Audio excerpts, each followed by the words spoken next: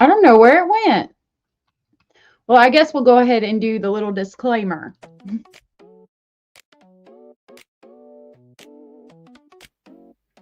This is a true crime discussions channel. We speculate. This is all just speculation. Because it's true crime, it's for mature audiences only.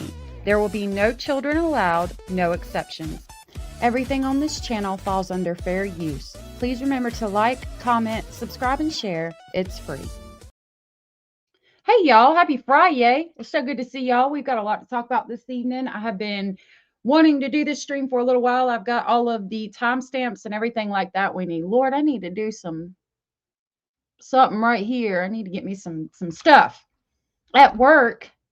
Good to see you. Hey, Wolfpack, good to see you. Hannah UK, Lori Ann, good to see you, love. I saw that Cindy from sunny South Florida was here. Thank you for being here.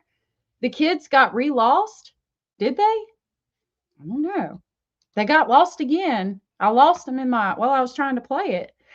It's good to see y'all. Thank you all so much for being here. One sunny day. Good to see you, love. Lori Ann, good to see you, love. I'm so glad y'all are here. Percy, good to see you. Good to see you. I straightened my hair today. What do y'all think? It's so long. Look, that's how long it is. So long. All right. We are also streaming on Kick. I have put my Kick link in the description if you guys want to come and follow me there. I will try to make a post later with the link to Kick as well. I'm trying streaming there because some people are having luck, so I figured we would try it. I also burnt the crap out of my hand, so if you see me looking down, I am looking at my hand that I burnt when I was making dinner. Forrest, good to see you. Popping in to give a like. Busy modding tonight. We'll catch this on replay. All right, love. Well, you have a good night over there. I hope that everything's good. I saw she's been covering a lot of Nancy Guthrie. What is it?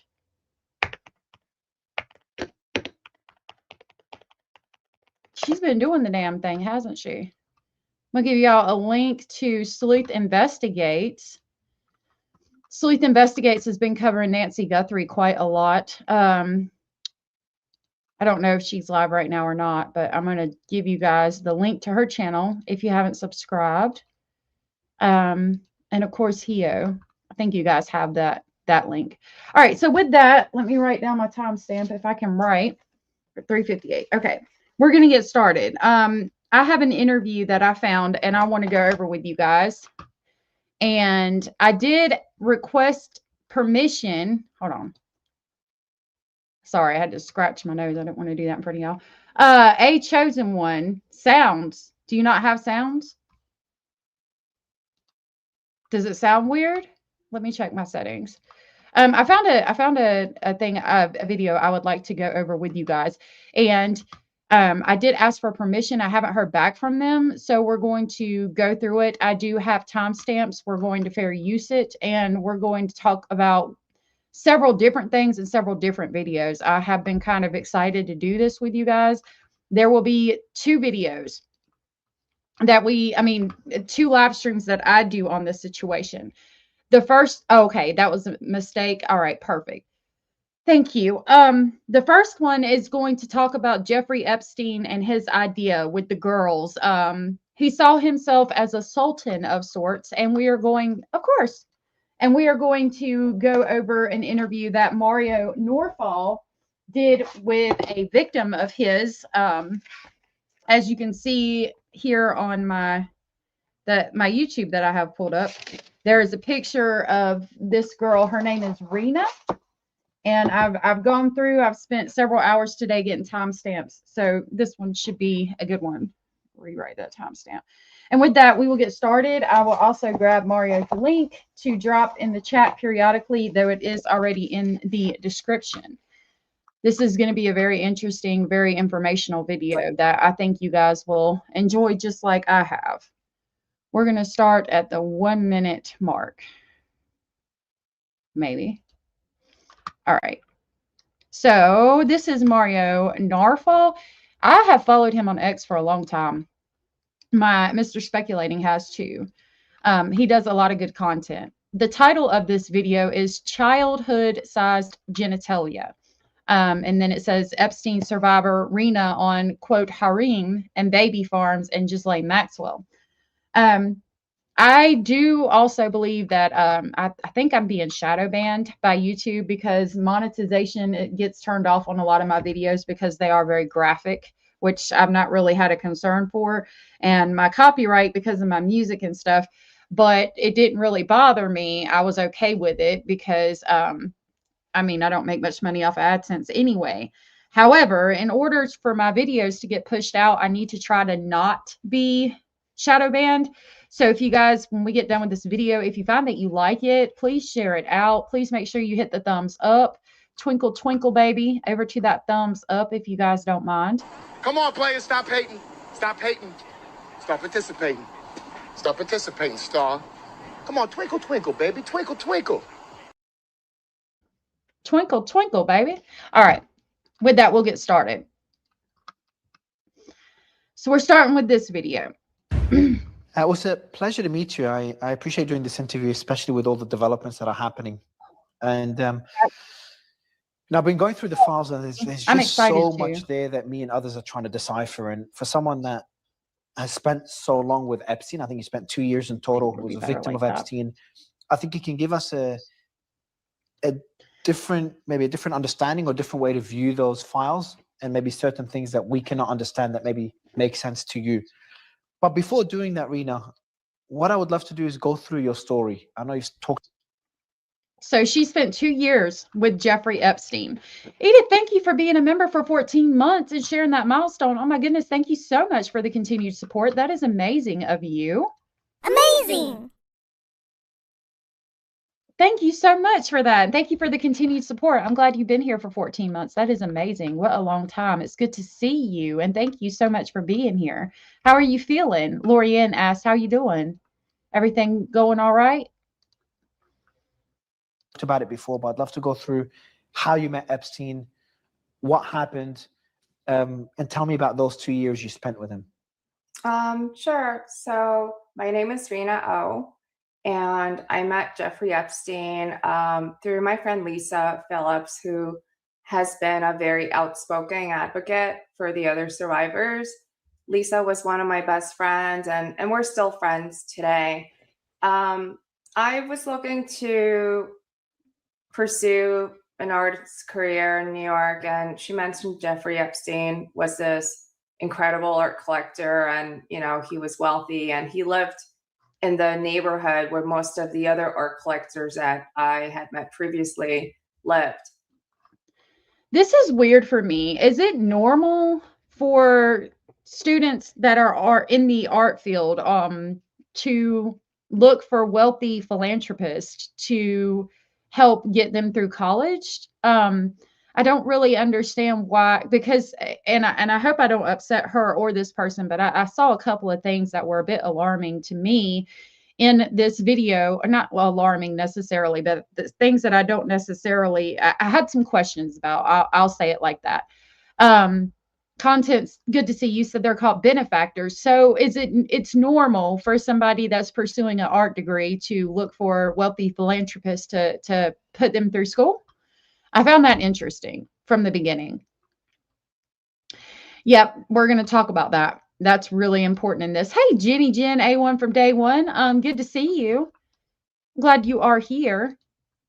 So starting to feel better now. I have 2 kidney stones and a UTI, but the antibiotics are helping. Thank you for asking. Okay, I'm sorry you're going through that. Goldenrod tea is really good for UTI. I hope you feel better. Sex isn't typically involved. I would hope not. So I assumed this man was legitimate, and I went to his house. I brought my portfolio with me, and he really liked a lot of my work. If you really? go through the files, you can see the type of artwork he collected, and he was into, I know I hate this word, but it's called representational art. So he was more into representational art, and she's might have said or is going to tell you that she does sculpture. Oh, look, a squirrel. Good to see you, my love. You're in the vertical live. If you click the link at the top, it will bring you to the regular live. Oh, look, a squirrel said alternate form of stripping, and it's every major doing what you got to do to get them loans paid. Okay. Thank you for the information. I never pursued college. I probably should have, but I didn't. Thank you so much for the compliment on my hat. I was trying something different. Charles Manson. That's an interesting viewpoint. Scratch the paint. Epstein reminds you of Charles Manson. I would not have made that connection. I kind of idolized Charles Manson back in the day. I wondered how he could get those girls to do those things that they did. And I mean, it does kind of mirror Epstein because you got to ask, how did all of those girls do exactly what he wanted? Artwork is the way they launder money. You know what, Glenn Benton, good to see you. You're in the vertical lab, by the way. If you click that link, you can come to the regular live. So, I have heard about them laundering money, especially when I heard about ex-president's son selling artwork that looked like it had been finger painted to launder money, allegedly, I'll say. Which is figurative art. It's similar to the painting that's in your backdrop. In his backdrop, we see a painting. It looks like maybe the Alamo. We've got a lot of generals with. This one's got a bunch of awards and medals on his jacket. There's a horse. Representational art is going to be representative of real life events or things like that. You think Epstein was a cult leader? You might feel even more so that way after we watch this video. Very realistic style, and I'm a sculptor, and he took a kin to my work. That's how I met him. He immediately called me right afterwards. His secretary made an appointment and I went to go see him, and he told me, you should be in school. I think you're really talented. And he offered me a scholarship to go to art school. So I'm assuming that's kind of the goal with seeking out wealthy philanthropists. The loans are hell on earth. Most our degrees no longer matter because too many people have them. You're doing pretty dang good without one. So be glad. Well, thank you. Oh, look, a squirrel. Yeah, I think it's ridiculous the way they loan out money to young adults and expect them to pay that all back just for school. I think that we should be able to go to school and pursue a career if that's what you want to do, because not everybody wants to do it. And we should have funding for that. You shouldn't have to do stuff like this. Hitler versus Manson. That's an interesting one. Wolfpack. Very interesting. And he said, I didn't have to ever see him again. I thought this was an amazing, it's my dream come true. And here's this philanthropist. And he mentioned sending other students whom he had never met. They were the children of the mothers that he knew from high school. He sent them to Ivy League colleges, paid for their tuition, and eventually they wrote him gratitude letters when they graduated. But, even then he had never met them. So I assume. So I think that another thing is, if you give to charity or if you donate money, if you bring in a lot of money, it's a tax write-off. So I wonder if that's something he was doing. I also found it interesting, the girls that he went to school with, he paid for their children's degrees as well. You already look young, but with your hair like that and the cap, you look like you're in college. Oh, thank you. I used to wear hats and my hair straight a lot back in the day. I appreciate the compliments. Y'all are so sweet. This is what was going to happen with me. It turned out not to be the case. And going forward for 2 years, he manipulated me. And what makes my story very unique is I've asked the other girls, has Jeffrey ever given you a title? Did he give you a special name, or did he call you anything that was special? And all of them said no from the beginning. And, anyone who is familiar with this topic, they will understand the polygamy system. He told me I was going to be a favorite and I was going to be a part of a harem. And so going forward, almost every conversation I had with Jeffrey Epstein for 2 years revolved around the harem, the Sultan, the favorites, the wives, the children of the wives. And this just went on. And he really sort of brainwashed me into, I didn't realize how deep it went. And I thought in the beginning that it was just an idea. I've studied a lot of the painting. So we're going to stop there and talk about what exactly is a harem and the Ottoman Empire Sultan's potato. You are in vertical. You can click the link to come to the regular live if you like to. It says Domino's has pizza. They do. They also have cheesy breadsticks and salad sometimes. They've got quite a few things. Thank you for the information, though. And 10 years ago, I'm thankful for going, but damn, it was expensive. It is too expensive. Hannah said in the UK, student loans only have to be repaid if your salary exceeds a certain amount, and then it comes directly out of your pay slip amount. If not paid off after 40 years, they are removed. That's cool. That's really cool.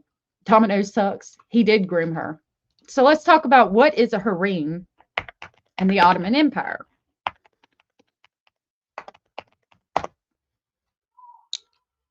So a harem, in former times, the separate part of a Muslim household reserved for wives, concubines, and female servants. This is how it's pronounced. Harem. So harem says the word has been recorded in the English language since the early 17th century. It comes from the Arabic harem, which can mean a sacred, inviolable place. A harem or female members of the family.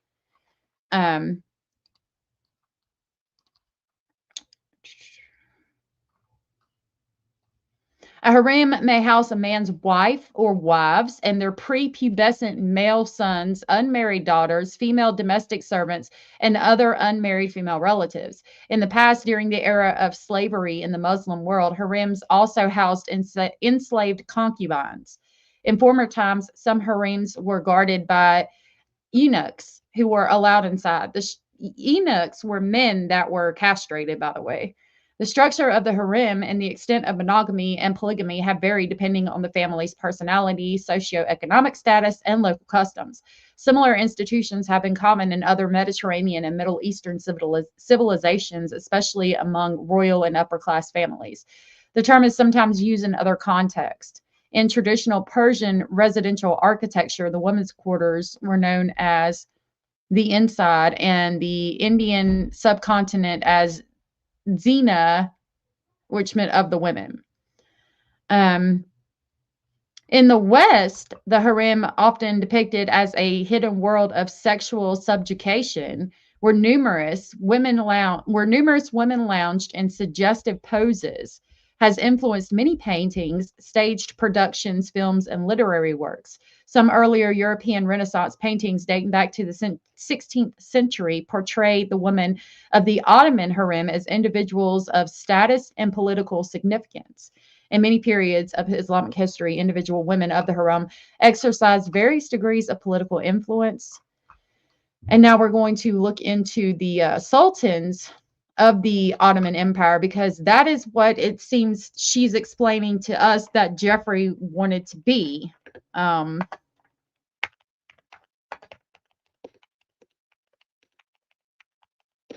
Forgot to look this one part up. I've got everything else already. Hold on just a minute.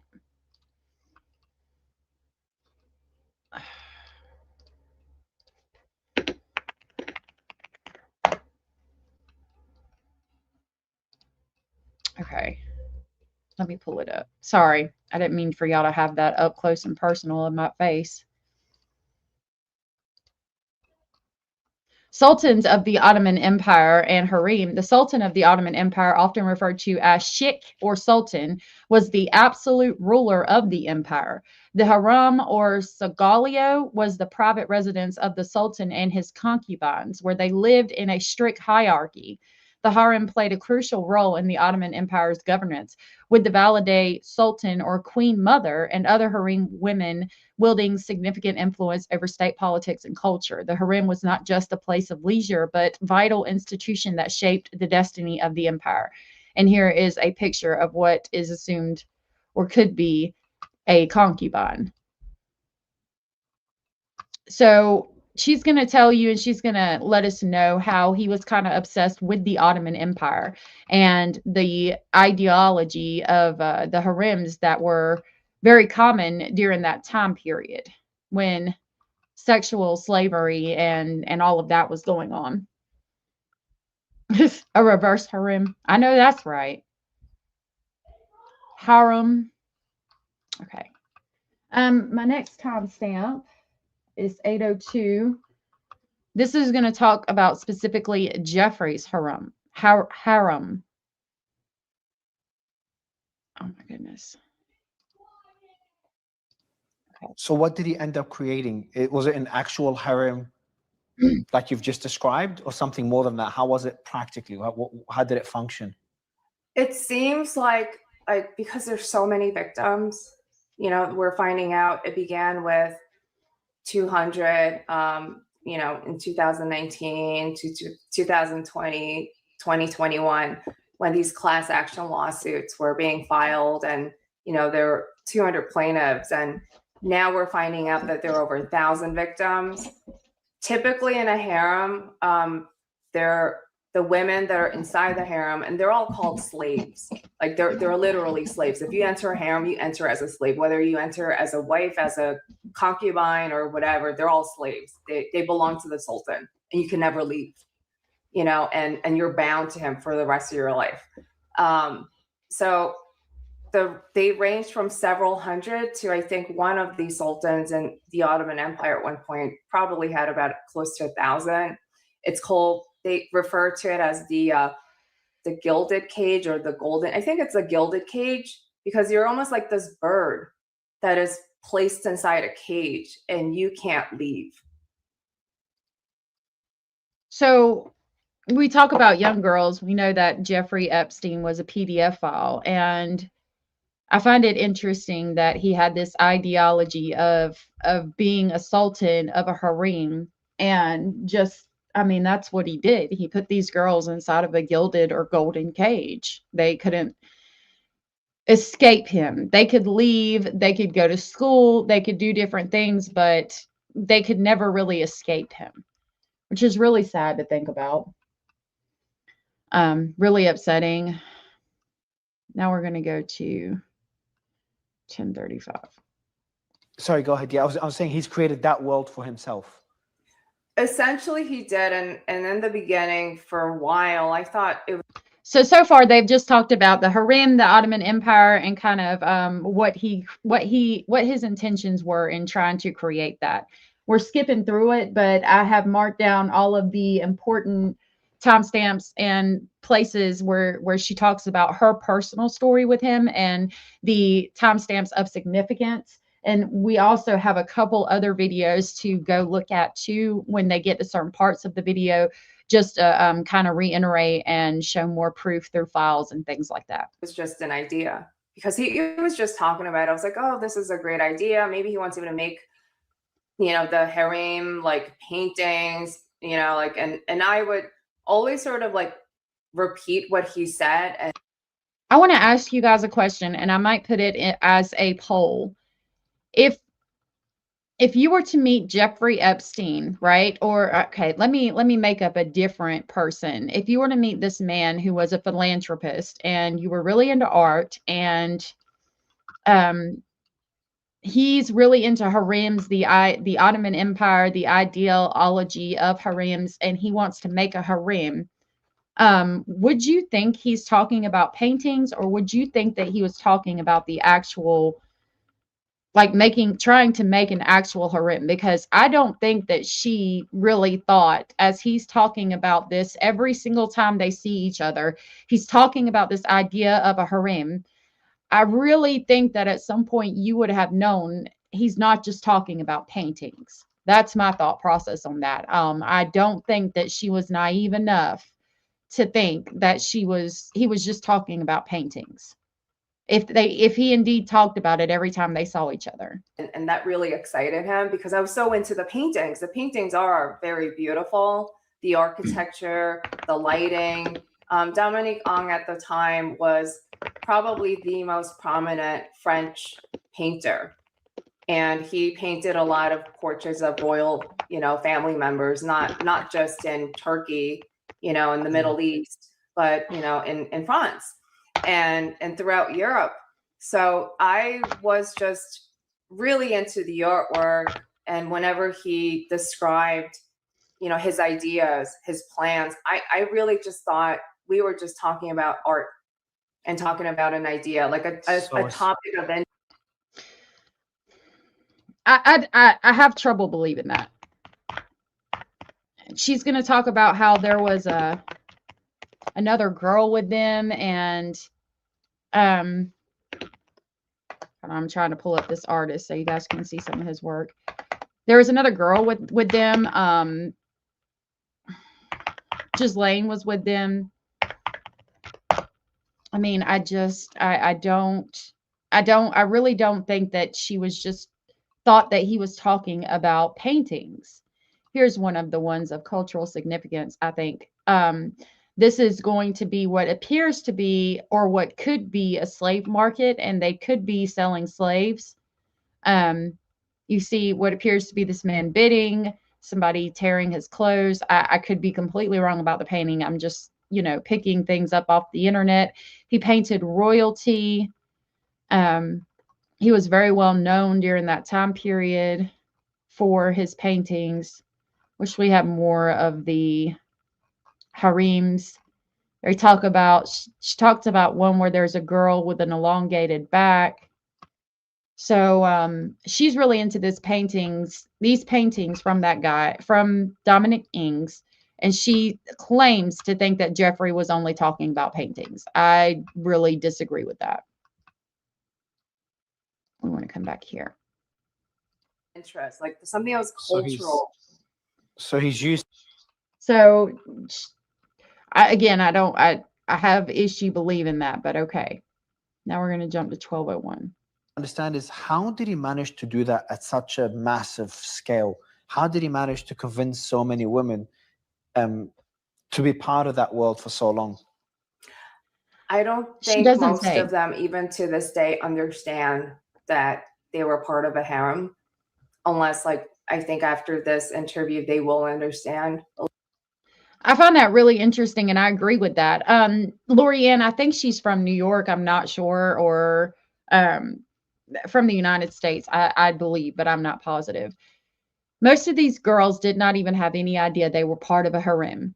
And I find that really important and really significant, because I do believe all of them were groomed and manipulated into being part of this thing.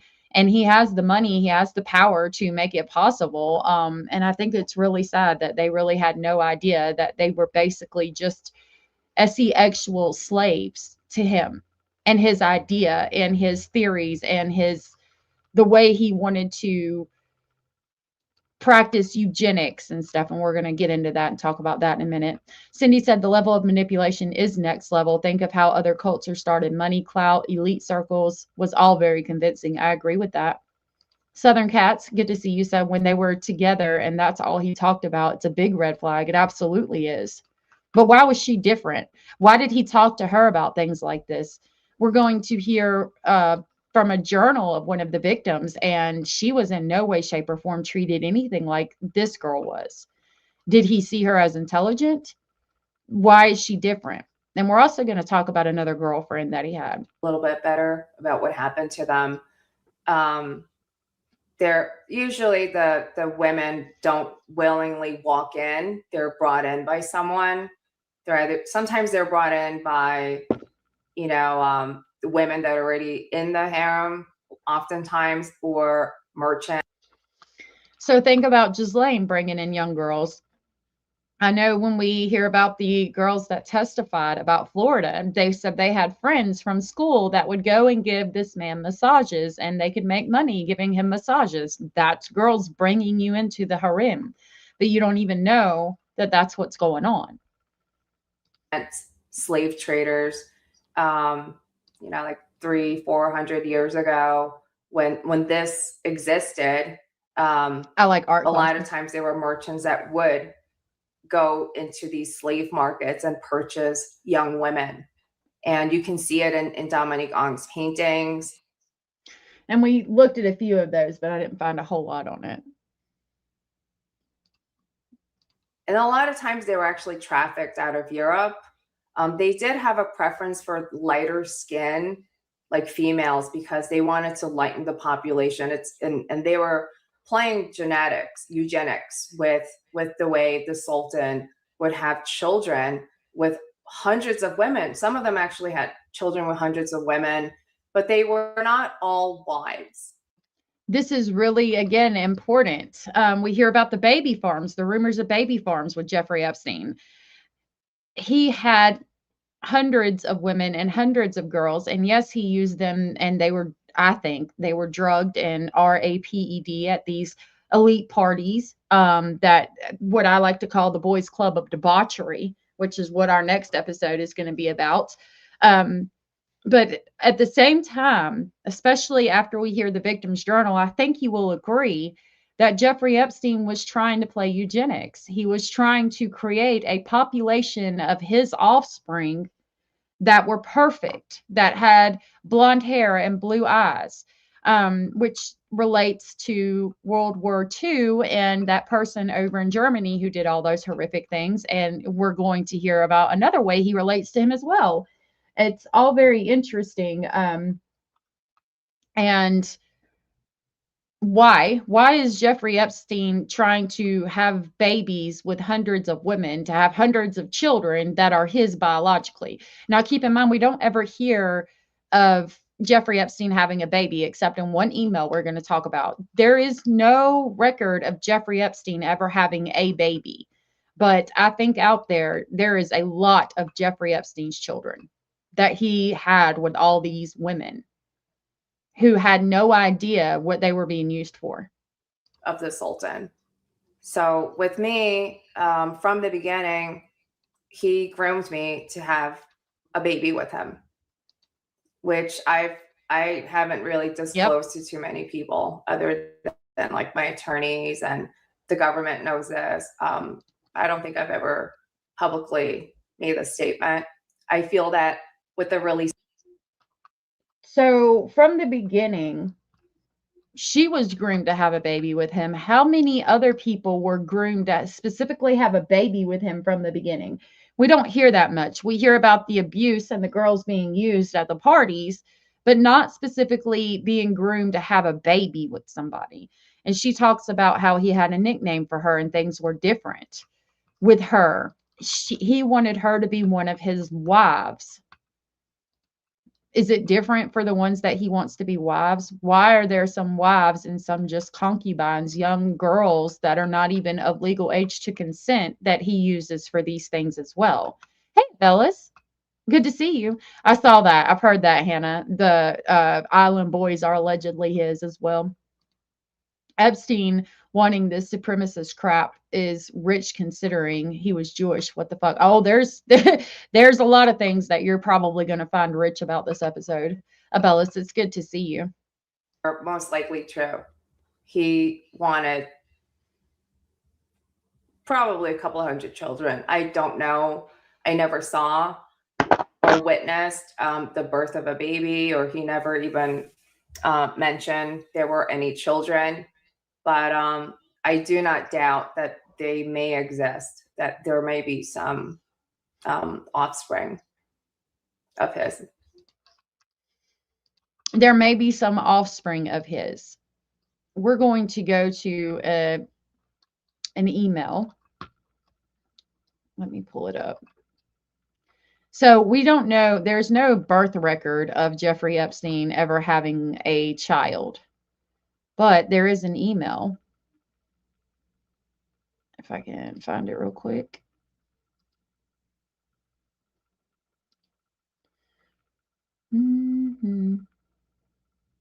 Have to hold on just a minute.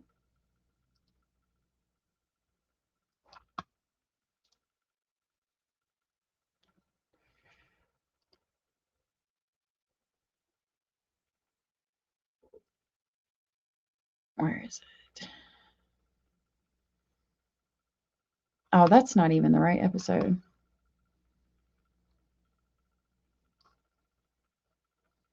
I think it is. Yeah, it is. No, it's not.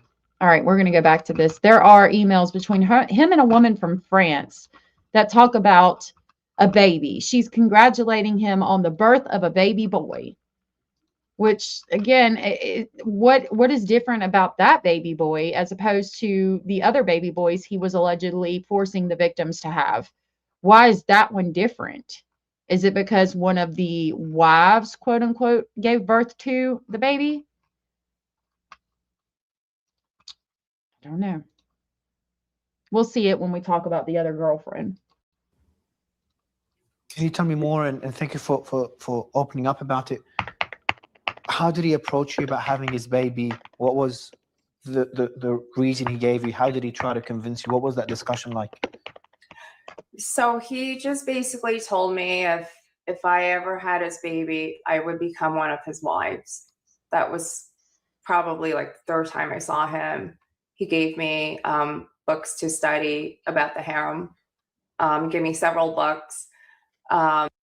So if I have your baby, I'm going to be taken care of for the rest of my life. Okay. And he gave you several books to study about the harem. Again, I ask, why is it that you think that this is just an ideology for paintings? Even your statement right there, he wants me to have a baby. If I have a baby, I'll be taken care of for the rest of my life.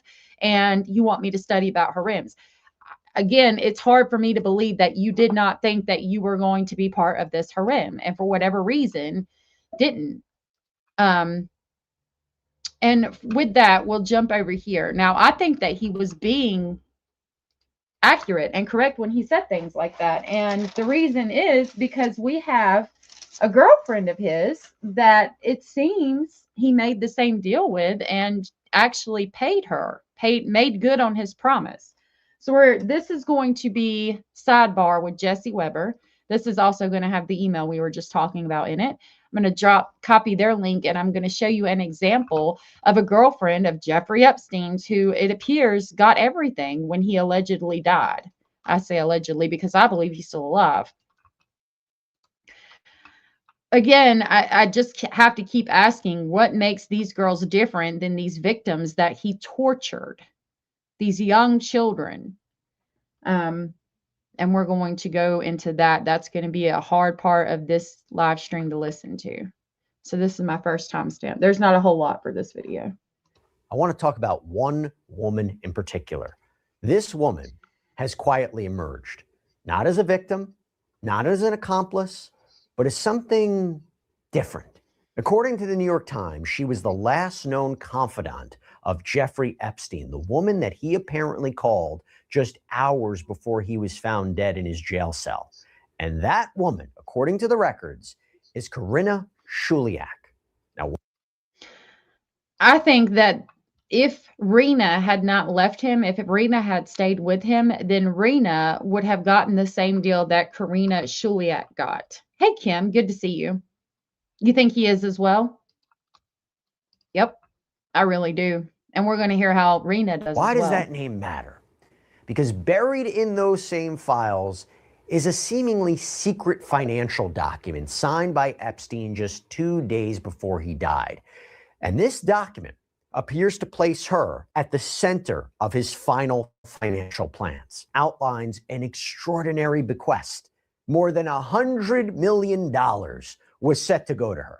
And also his private islands, his Manhattan mansion, a 33-carat diamond ring described in Epstein's own handwriting as given in contemplation of marriage. So who is she? So is this a girl that got the same deal? Did she give him a baby? And why her? Why her? The BBC has an article today that he was trying to buy a palace in Marrakesh, Morocco from 2011 to the day before he got arrested. He wouldn't have been extradited from Morocco. That's interesting, Abellis. Thank you for sharing that information. I had no idea. That's really interesting.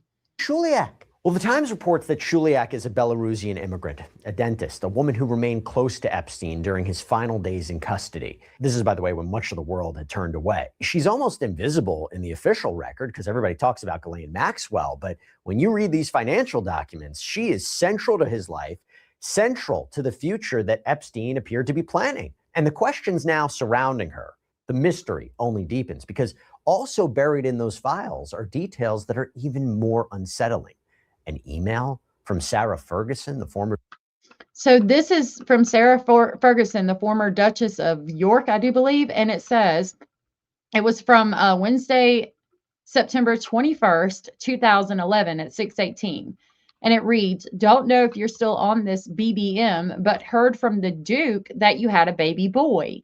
Even though you never kept in touch, I still am here with love, friendship, and congratulations on your baby boy, Sarah XX. Now, again, Jeffrey Epstein has no documented children, but he left her everything, $100 million, a diamond ring, everything. Why? Is it because she gave him a baby? Is it because she's continuing at all of the sick, twisted things that he was doing? I mean, it's real interesting that this document is signed the day before they find him deceased in a jail cell, allegedly. Okay, thank you, Abellis. I really appreciate it. Yeah, I know I'm mispronouncing it, but it's okay. No, it's tied up in probate court, and the victims got a lot of the money, but there's still 130 million, I think, in probate court down in Puerto Rico or somewhere like that she could get, but it looks like she's not getting shit. This is supposed to be the Department of Justice. The only way they're going to get justice to have answers, and this woman could have a lot of those answers. So I'm with you. Why not sit her down and at least see what she has to say, do a recorded interview? And by the way, now this is going to be just in the nick of time, who has a YouTube channel. She also was in dental school. That's where allegedly the dental chair could come from in Jeffrey Epstein's studio. So I really feel like he's talking to girls that have college degrees that he can put through college and groom and create this master race. Some of the, just like in a harem, some of the women have more power than the others. Could it be, if we're allegedly speculating, that some of these children that he's trying to possibly repopulate the earth with are going to be, some of them were picked because of looks. Some of them were picked because their mothers were very intelligent. He sees these women that have the possibility to do great things and that seem to be extremely intelligent. So he wants to procreate with those women, and he knows he can't groom them, and he feels a little bit insecure around them. So he pays for their college to groom them and then tries to get them to have a baby with him. So he has the baby. Why does he want all these babies? It's fucking weird, man.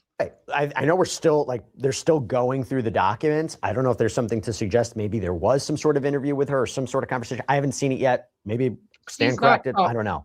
But I do want to go through what we seem to know from these financial documents that put Shuliak at the center of the story. So you have this foundational document. It's the Jeffrey Epstein's last will and testament, but I think that funnels the money into the trust. But what I really want to get to is the 1953 trust. So it's the one that names Shuliak. And you have this particular section, and it reads, to Corinna Shuliak, if she survives me, thank you so much. $50 million. I really appreciate it. In addition, the trustees are directed to purchase an annuity for the benefit of Corinna Shuliak in the amount of $50 million. So that is the headline, $100 million dedicated to her. And then you have this next section, 2.3b, really breathtaking. It lists the specific properties for her. All of my interests, Zorro Ranch, New Mexico, the island known as Little St. James, the island known as Great St. James, 22 Avenue Foch, Paris, 358 El Brillo Way, Palm Beach, 9 East 71st Street, New York. You know, Justin, these are iconic properties, the islands, the townhouse, the ranch. This has all been under a part of an investigation, leaving it to her. Thoughts? And I'm going to stop it right there. But what he left to Ghislaine was $10 million. Well, he left this girl that was on nobody's radar, that was going to dental school, that doesn't seem to have been a part in the open of Jeffrey's debauchery, I'll say.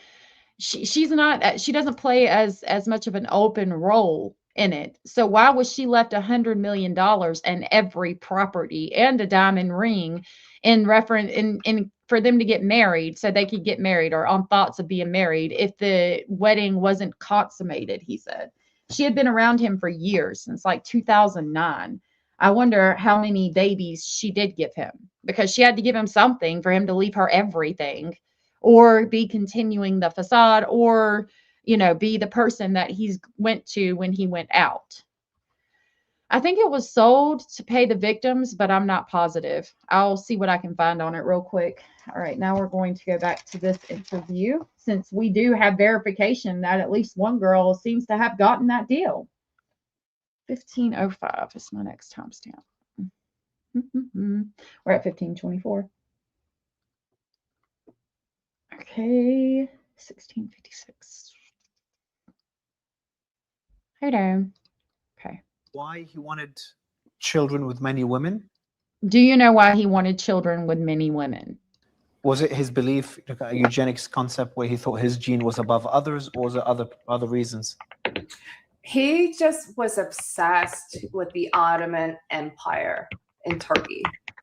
He saw himself as this grandiose, like Sultan, king-like person, character. I mean, and again, I keep going back to you knew that. You knew that he saw himself as this grandiose Ottoman Sultan type person, yet you still think it was just about paintings? So it says Stephen Deckoff owns the island formerly known as Little St. James and Great St. James, which he purchased from Jeffrey Epstein's estate in a transaction reported at approximately $60 million in May of 2023. And he plans to develop the properties into a luxury resort. To answer your question, my dear. That's what he wanted. Like, he talked about it every day. You know, I don't know if it's so much as having, you know, like spreading his genes. Maybe that came with the territory, but it was more of a closer to the ownership of having so many women that he owned. Like that. Do you think it was because he owned the women? Hey, Lala, good to see you. Or do you think it's because he wanted to feel like he owned the women, or it was some kind of fucked up eugenics thing? Or do you think it was both? Content pointed out, which was in the episode, I kind of skipped through my timestamps. So this Karina woman was married to Elon Musk's brother's ex-girlfriend to remain in the country. And yes, she was. And they also talked about how people at that time period were getting married to people from out of the country to get them a green card, basically. You are right. And they do talk about that. Thank you for reminding me. Just curious, how can the government go against a will? Wouldn't that go against a legal document? You would think so, but when you have victims and they're paying back victims, I think it's different. Yes, the trust was dissolved to satisfy the victims' comprehension fund. Epstein financed her dental school at Columbia. He paid the dean $100,000 to let her in with no undergraduate. Wow. Oh yeah, there's a lot that's illegal in these episodes. All right, our next one is going to talk about why do you think he's going to ask her, why do you think it was underage girls? Why do you think he talked to underage girls?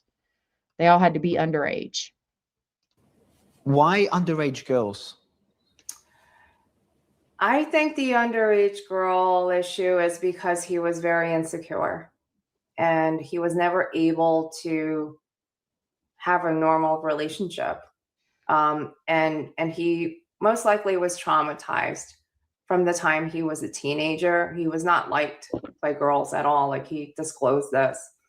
And I can't really give an answer about why underage girls. Psychologically, I think it's easier to manipulate younger girls than it is to manipulate like girls that are older. They're like, you know, after they graduate college. Once you reach your mid-20s, a lot of the women that I know or knew back then, even the ones I meet today, they would not tolerate, you know, being in a situation where they wouldn't even allow themselves to get abused by someone like Jeffrey Epstein. So I do agree with that. I think it was to manipulate them. And I also think it was to garner money, power, and respect, because he would get these underage girls and these children and have them abused at these parties so that he would have blackmail on politicians and things like that, just like Diddy did, in my opinion.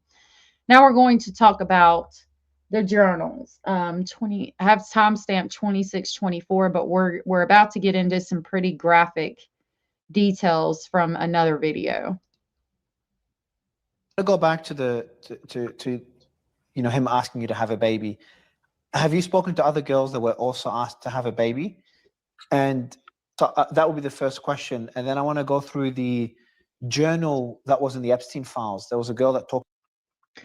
So now we're going to jump over to the journal that was in the Epstein files, and I'm going to give you a trigger warning because this is going to be very, very hard to hear. This young lady who wrote this journal that is in the Epstein files was very intelligent, especially for her age, and it's a heartbreaking story of what happened to her. This girl's account in these journals is very, very different than what we've seen from Rina so far.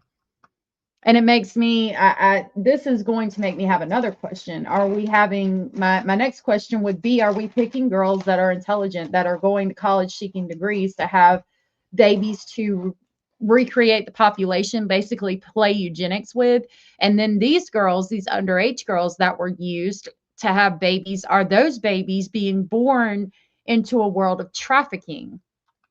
We've heard about one email where a pediatrician is being emailed, and the email says that with a newborn infant, they will suck harder if you give them a pacifier and if they hear their mother's voice.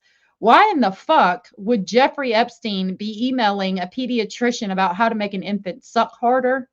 Do you get what I'm saying? Like, what? So that makes me question, were these babies being just born into trafficking? So this is going to be from the conspiracy files. Again, this is going to be really hard to listen to. It is an actual account of a victim and her trying to come to grips with what happened to her, to understand. And there's a lot that happened to her that we don't hear about, that I haven't heard about other than in these journals. So our first timestamp is going to be 1633.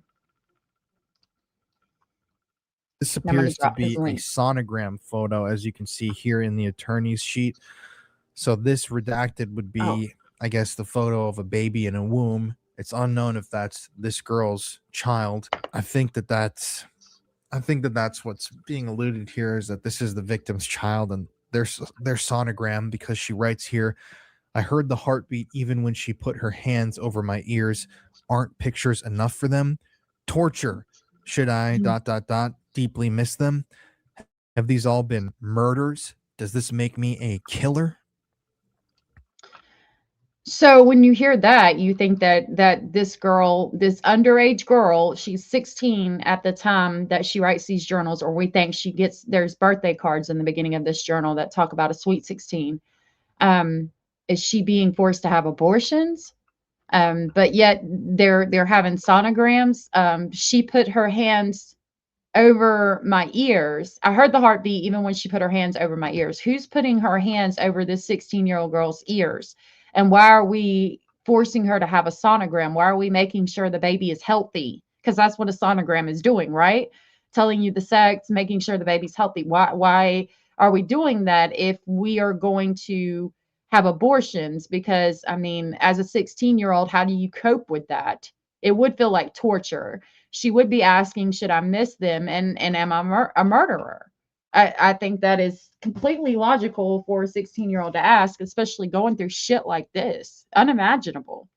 Our next timestamp is going to be 34:32. I was writing these down as I was driving, even though I shouldn't have been. So it's a little messy. It looks like of babies. She says here, and tears. Never imagined the blank and tears her future held. Poured out oceans of tears, pain. I've got myself a winner. I feel broken and exhausted. I am so tired. I hadn't thought about that. This sick and twisted game that So he's having a trouble deciphering this. I'll show you why. I talked about this briefly in a different live stream, but like, if she's going to write, I drove today, it would be written like this.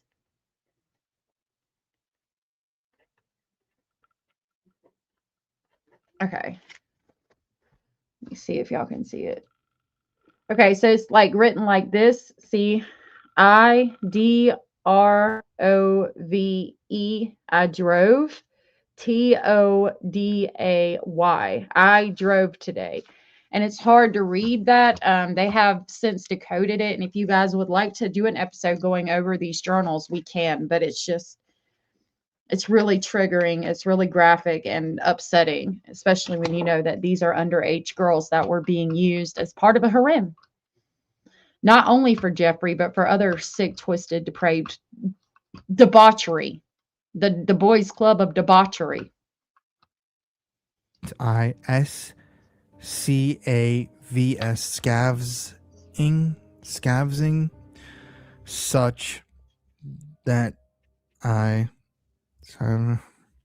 such physical and emotional pain. So more references to babies. So was this girl, were their babies taken away from this victim? Was she forced to get pregnant and have the babies of abusers? Was she being used as someone to produce those children? We don't know. Another page, victim of his own. Maybe she's born into it, which goes I along saw right some of into his what I'm videos. saying. He's Maybe got she's some good born ones into too. it, forced to give birth to a child that's just immediately brought into the world of trafficking and Oh yeah, Lala. pimping. I appreciate you being here. Never to be seen and heard. 1 minute I was a nobody, the next a stealth closer. High excitement videos of a child all night, a risky power. These are clips from like magazines, and she wrote specifically or clipped high excitement videos of a child all night, a risky power play. This is an extremely intelligent 16-year-old. She knows what these babies are being used for. A risky power play is going to, I mean, again, the blackmail against these rich people abusing these children. She knew what she was there for. It also says he wanted young girls, a teen blonde beauty. She wanted her childhood back. No men she trusted, the painful moments. The truth betrayed her broken heart. The truth betrayed broke her heart. It's really sad.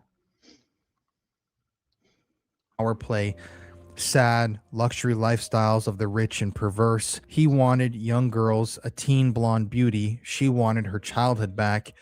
No men she trusted, the painful moments, the truth betrayed broke her heart. Congratulations, world's greatest graduate. Here's a note from Anonymous that she's got here. Only once is it possible for someone to find a woman with such unsurpassed beauty. Every moment in your presence is like experiencing heaven on earth.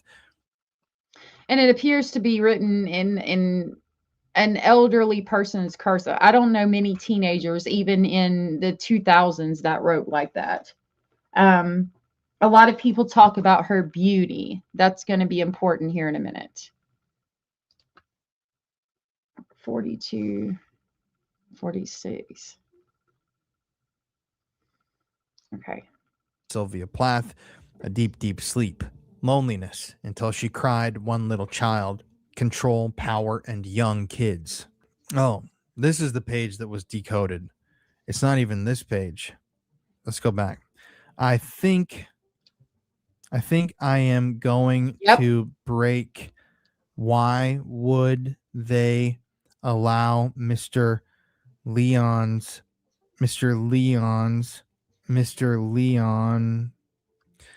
is weight this. It's hard for him to decipher this because at the time it had not been deciphered. Hey, Max, good to see you. So I know it's a little annoying to hear him decipher it, but what he says is really important. And content said, plus it's not clear, but the girl who kept this journal mentions her own mother knowing Epstein and knowing what was going on, aka being born in it. It absolutely does. It mentions that she was a ballerina, that she tried to run away and her mom was pissed, and that her mom would take her to these appointments and to meet with him and all of the sick, twisted depravity. Again, though, a girl that's been a ballerina her whole life that is making it appears making good grades. I mean, just the straight and narrow. Why are these women being picked? Why are these women having children? Long? Why would they allow Mr. Leon to wait this long? Why would he bring a friend and make a video ? I am so broken. And why would he bring a friend and make a video? So, I mean, again, that's what they're doing to her. Hey, Ava, good to see you. We don't know the girl who kept this journal, but it was given to the feds by her attorney. Yep. PROs, and the procedure was so painful and blood all over the sheets. So again, it's sounding like a at-home abortion type thing. But we've got all these sonogram pictures and we're hearing the heartbeat, and so it's weird. I can't play this game anymore. I have to ask Ghislaine for help. If anyone can make it stop, it would be her. If anyone can make it stop, it would be her, question mark. So this paints Ghislaine in a passionate light, like she's the den mother of these girls. Like, if I have to make it stop, if anybody can make it stop, it would be Ghislaine. Notice she doesn't talk about her own mother. If anybody can make it stop, it would be my mom. She doesn't say that. She says Ghislaine. Ghislaine? Really? Ghislaine Maxwell? I don't think so. Like, that's the person she's seeing as being the comforting mother type. That's how bad it was. She was so scared because I got so sick and was burning up with fever. She put me Hold on, I'll look. In freezing cold shower. I can't do this. And then there. So thinking about her getting sick with fever and burning up, it would make me think there was some type of infection. Again, thinking about an abortion, but we've got all these sonograms. There you go. That makes more sense. A lot of cold showers, blood on their hands. No doctor talk to no doctor damage. Then over here she says, Mr. Rails, Mr. RAILS, and Mr. LEN, Mr. Len, or Leon maybe. But so do Slef, Ray, and Mr. Jacobson, Mr. Conway, Mr. Vradenberg, Mr. Vradenberg, and Bills. All of them who don't care if this happens.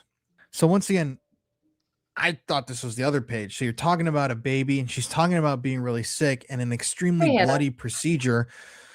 But then a few pages down, this is what I just read you about, her thinking she's got Epstein's baby, and it's another picture of a baby. And then interestingly, we talked about that earlier, the names that she listed, AOL.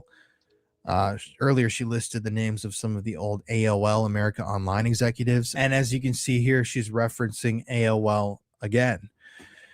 And that's what it said. This company, back to the thing, this company doesn't protect kids. They use it to find us. They are everywhere. I cannot escape. And I think that's really important. Now he thinks she thinks that he thinks that the girl is talking about AOL. I do not. I'm going to show you what I think they're talking about.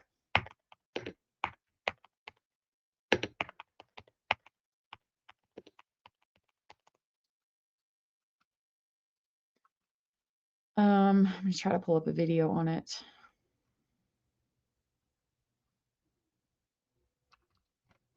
It was on YouTube. Hold on. I don't think so. So they're talking, she's talking about, you think you're safe, but you're not. They're everywhere. Again, he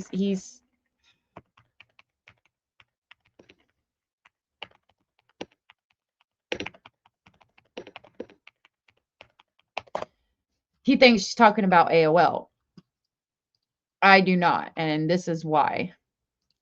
Well, this is a story trending nationwide right now. A Northern California school district is reassuring parents, and others are canceling school picture day all because of a rumor being circulated online. It linked the Epstein files and one of the nation's largest school photography companies. Reporter Tim Johns from our sister station in the Bay Area explains the new Picture Day privacy debate. LifeTouch, one of the most prominent school photography companies in the country, is facing district investigations and canceled school photo days. So allegedly, LifeTouch photos, you know, I've got one here where my kids are supposed to have school pictures. The ones that take pictures of children at school is owned or tied in some way, shape, or form to Epstein. She talks about you can't escape them. They're everywhere. How would you, if you were into these type of things and you wanted to basically get a lineup of children across the country, what would be the quickest and easiest way to do that if you had a lot of money? Well, it would be to buy the people who are doing school photos or start a company that does school photos and send them out.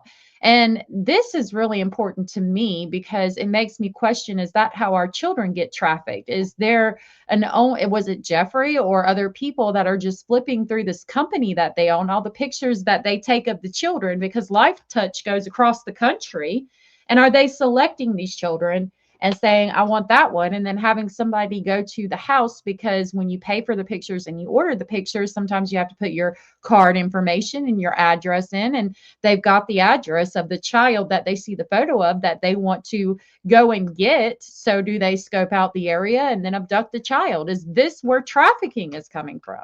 And is this what the girl is talking about in her diary? You can't escape them. They are everywhere. I don't think it was AOL. I think it was fucking LifeTouch.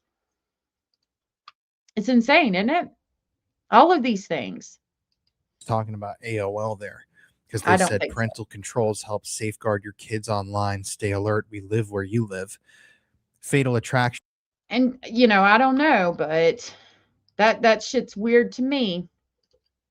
To just little you, Jeans, you do not have a choice, you know, in his little plan.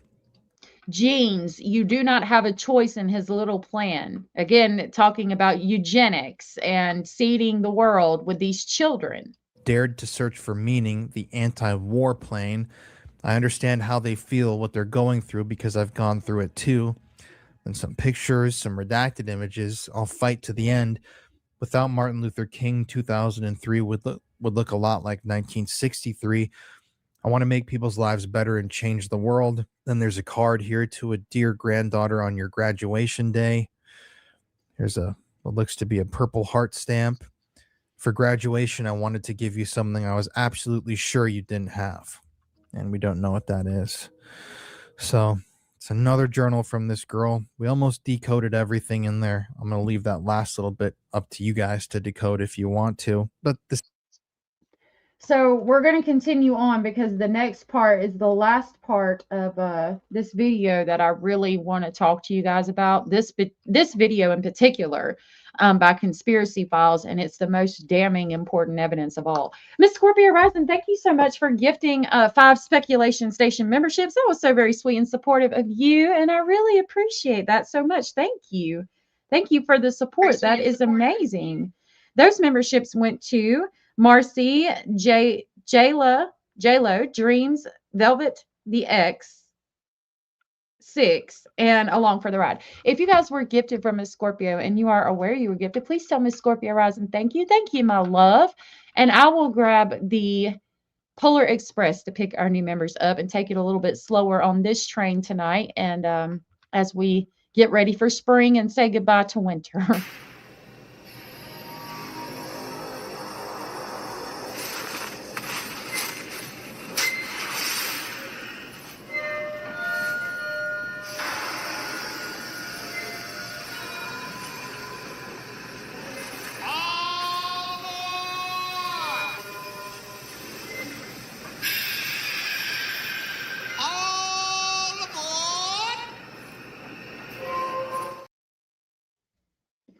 Thank you so much, Miss Scorpio. That was so sweet of you. If this is anywhere near true, it's no wonder we can't find missing children. I know, right? Thank you, Jenny. So what he's going to talk about next is going to be extremely graphic and triggering and hard to hear. Same girl has a few more journals that I haven't seen people talking about. As you can see, here's some more of her coded handwriting. I don't know where these are from. Once again, there's no context, so we don't know the timeline or who this victim was or what all this really means. But according to the attorney's decoding, she wrote, "Close your eyes, close your eyes, close your eyes. Don't speak, she doesn't talk. I can't stop shaking, and it's been a week. A decision was made, but I can't tell Jeffrey. These things happen. Why didn't I close my eyes fast enough? The doctor was different again. I think from Israel. He had kind eyes, but didn't speak directly to me. This was different. A shot, and those rod-like things had a hook and so much pain. Ghislaine said to push all the pain away. I don't understand. Blood and water all over the bed, and she was right. Like a feeling when your tummy hurts and you have to push. She said to close my eyes and put her hands over my eyes, but I didn't close them because of these tiny cries." This is interesting to me. She talks about blood being all over the bed. I don't understand why there's a lot of blood talked about during what seems to be a childbirth, because she talks about these tiny cries. There was a different doctor this time. That's suggesting that this has happened multiple times, and we see the multiple sonograms. So how many babies or abortions did this girl have? Why did she go through this? Why did she have to do that? The hook thing doesn't necessarily mean an abortion. When I had my first child that I got pregnant with at 18 and was giving birth at 19, I wanted to give birth to her naturally, but my hips were not spread far enough apart. So they had to go in and basically break my water, and they use this thing that's like a hook to do it. And to me, that's why I think she talks about there being water and a hook, but I don't understand the blood. Oh, woman of the hills, good to see you. Shouldn't there be dozens of women right now going after child support? DNA will tell. Well, not if these babies, I mean, there's no documentation of these babies. I think some were used for trafficking, and some were used for there's like a place or something where we've got a baby farm, I think. Hey, Abraham, right? What the fuck? If grandma sends a birthday card to her while she's away, she must think her granddaughter's away at school or something, but really she's trafficked, writing in journals that look like ransom notes. Yep. It's sad, isn't it? It could be, but she talks about tiny cries. I'm so lost. I saw between her fingers this tiny head and body in the doctor's hands. It reached its tiny arm up and had a tiny foot. I closed my eyes and no more. And there's another page that she wrote here. No more cries. I don't understand. Just say these things happen. But he doesn't believe that. They yelled and screamed, and he said it will be the same in a couple of months. And she said she was fed up with it all. I don't understand what is going on, and no one will tell me. I can't go to school like this. I can't stop shaking. Why won't anyone make it stop? I know Ghislaine is trying, but nothing changes. Why didn't I close my eyes? Oh my God, that's horrible, man.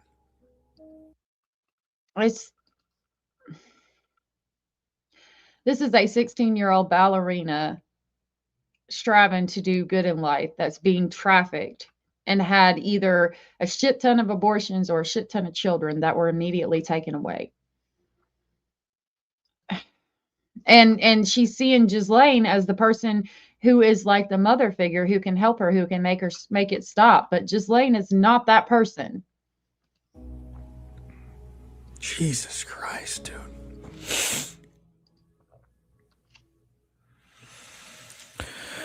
Really? Oh God, that's really this horrific stuff in these. Thinking about that. Abella, that's an interesting thought. Abella said, my thought, if you're a multi-billionaire, what do? You use the world like a Monopoly game. You also think about the future, your legacy, and want your family to rule everyone. Major corruption. I think that is a big part of what's going on here. I also think that's why this debauchery happens. I think it all starts with when you have the money to do whatever you want to do. And at any time, when do you get bored with that? And when you get bored with that, what do you turn to? Illegal things? And how far are you going to go? Like, again, I referenced eating human meat. Like at no point while I'm at a party is somebody going to offer me jerky that's allegedly human flesh, and I'm just going to be like, okay, sounds good to me. We're going to talk more about that type of stuff in the Boys Club of Debauchery episode.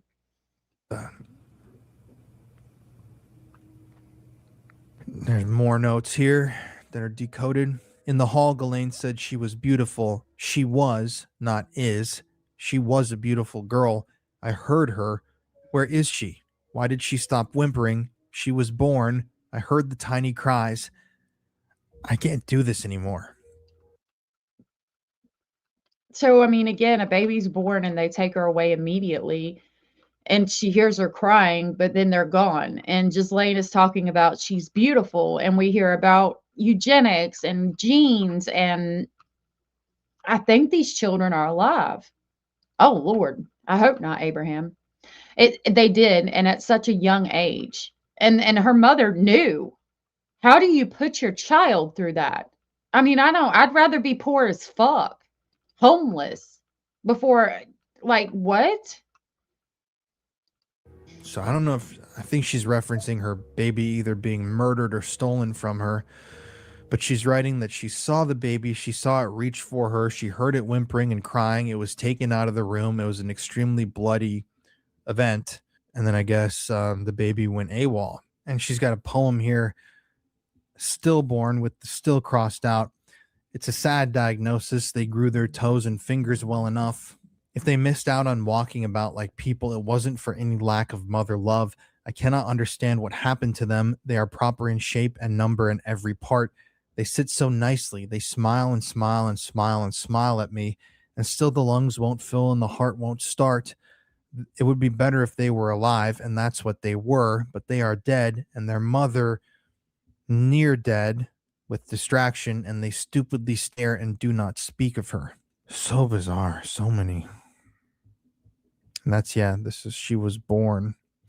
She was born. I heard the tiny cries. I cannot do this anymore. Here's another page.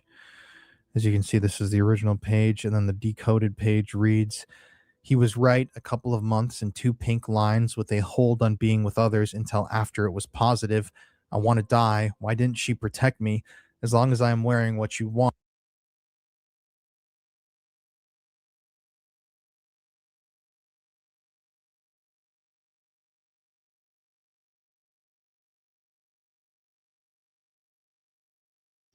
Talking away. That is crazy about Bill Gates, Abellis. He is a fucking asshole, but I'm with Cindy. They all need to rot. And Abraham said, I meant that's what the people at the party were saying. Probably so. I don't know if you caught that, but he said 2 positive lines, which is going to be a pregnancy test. And she said that there was a hold put on her being with anybody else until she got the 2 pregnancy lines. So she's with Jeffrey, and you're going to hear about that. She's sleeping with Jeffrey and Ghislaine. He's making her not sleep with other people until she's pregnant. After she's pregnant, it doesn't matter because she can't get pregnant again. So that would tell me that they want her pregnant and they want to make sure it's Jeffrey's. Well, why would they go through that unless they were trying to make sure that she gave birth to Jeffrey's baby? And why do they need these 16-year-olds to give birth? Does it go back to her genes, to her beauty, to her blonde hair, her blue eyes? I think that there is a lot of children out there that are Jeffrey Epstein's, and I want to know where the hell they're all at. And I also think there's a lot of children out there that were born into trafficking at the hands of these monsters. There is no respect for me as a human. I am nothing but your property, an incubator. You only trust me when I am under your complete control. I will never trust another man, ever. I am the only one who provides and sacrifices everything. I give and give out of terror, and you take all of me. You need me to continue keeping us all connected. And then there's another clipping, as you can see there. Unlike it said, I was born a slave. She cut out the words, I was born a slave. So was she born into trafficking and just had a rich mother, or a family that had the ability to bring her up in a way as like, oh, you're going to be a ballerina and you're going to do good in school and you're going to be this beautiful bombshell. And when you're old enough, you're going to be trafficked. Like, is that going on? And if so, have this person's parents been held accountable? Like, questions that need answers. Like drugs, a child's body can be sold over and over. This is not surprising. I'm going to back that up. This is a 16-year-old who said this. Keeping us all connected. And then there's another clipping, as you can see there. Unlike drugs, a child's body can be sold over and over. The 16-year-old has figured out what's going on. Unlike drugs, a human, a child, a baby, an infant, a woman can be sold, a man can be sold over and over and over again. And that's what happens. This is not surprising, but there is no such thing as a child prostitute. They are children and cannot consent. They are missing, the biggest in my own backyard, and so many more, like Mar-a-Lago, where I see Mr. Joe and Mrs. Ann. So you got another reference there to Trump. The slaves in Lake Placid were invisible. People were playing golf at the retirement community, and right behind them was a slave camp. That's interesting to me. Is that some type of hidden facility? I think Lake Placid is where the alligator was, but I'm not sure. Is that actual place? People playing golf at a retirement community, and right behind that is a slave camp where they're trafficking women. Maybe all of his kids will eventually do ancestry tests. That's probably the only way we'd find out. Yeah, Kim, if they're alive, if they're not being trafficked, which I don't think he would do that to his children. I think he wanted to repopulate the earth. I don't want to get too conspiratorial here, but I think that there's underground bunkers and that they plan on doing something to the earth and having a select number of people that repopulate the earth. And what I want to do is an episode with Mr. Speculating about the lifeboats that he was a part of. Mr. Speculating gets more into the conspiratorial things and like the places on the moon and things like that. I like to talk to him about that. We did one episode together, and we might do another one on this and the lifeboats and the possibility of the eugenics test, and actually basically redoing what Hitler did in today's world. Unlike drugs, a woman's body can be sold over and over, but it says here a child's body. Our finance department deals with all the paperwork. Unfortunately, the finance department is also family. Who knew? I was born a slave, life in a parallel universe. So the finance department, is that how she was born into this? Repopulate. I don't think we'd gone extinct. Yeah, like if they did some type of world war to where we did, do they want to repopulate and control the population and use eugenics to create some type of master race? I don't know. I also thought the girl's mother was a former trafficked woman who gave birth to her and dumped her on Epstein. Maybe. Lake Placid is a town in Florida. So is there, I wonder if there's a retirement community, I'll have to look into it, that's close to that and what could be behind that area. Interesting. In another decoded document, please release me from this torture and hell. The headline below is not a metaphor. This story is about slaves, not people living like slaves, working hard for lousy pay, not people 200 years ago. It's about 27 million people worldwide who are bought and sold, held captive, brutalized, exploited for profit. It's about 21st century slaves. And that's what. At 16, having been born into this, she knew what was happening to her. But what do you do as a 16-year-old with your family involved? And I mean, going up against Epstein, you can't go to the cops. That Epstein would pay them off. You can't run. What do you do? Poor baby. Where she wrote down at the bottom, please release me from this torture and hell. More pages of code you can see here. She wrote this out and drew it. Controlled all by Jeffrey all the time. Get away from it all. And go to New Mexico? What in the hell? This makes no sense. What about school? Behind the scenes. He is now controlling everything when it used to be Ghislaine who some days acts like she hates me.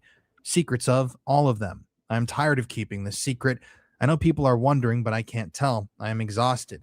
Broken promises. I don't understand why she is treating me on some days like I'm the enemy, but But then we lay in bed together, and she is how she used to be, warm. He makes her feel my tummy, and it's so sad and confusing. Superior gene pool? Why me?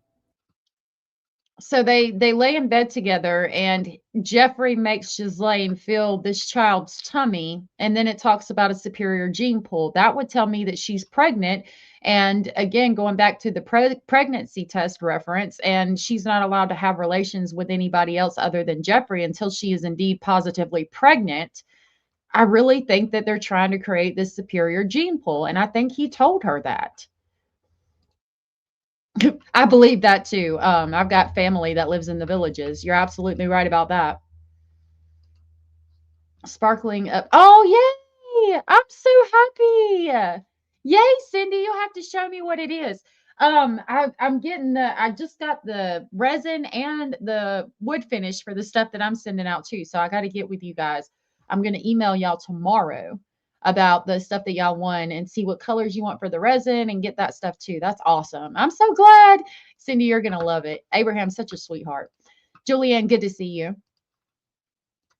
It makes no sense. Why my hair color and eye color? That feels very Nazi-like, but in...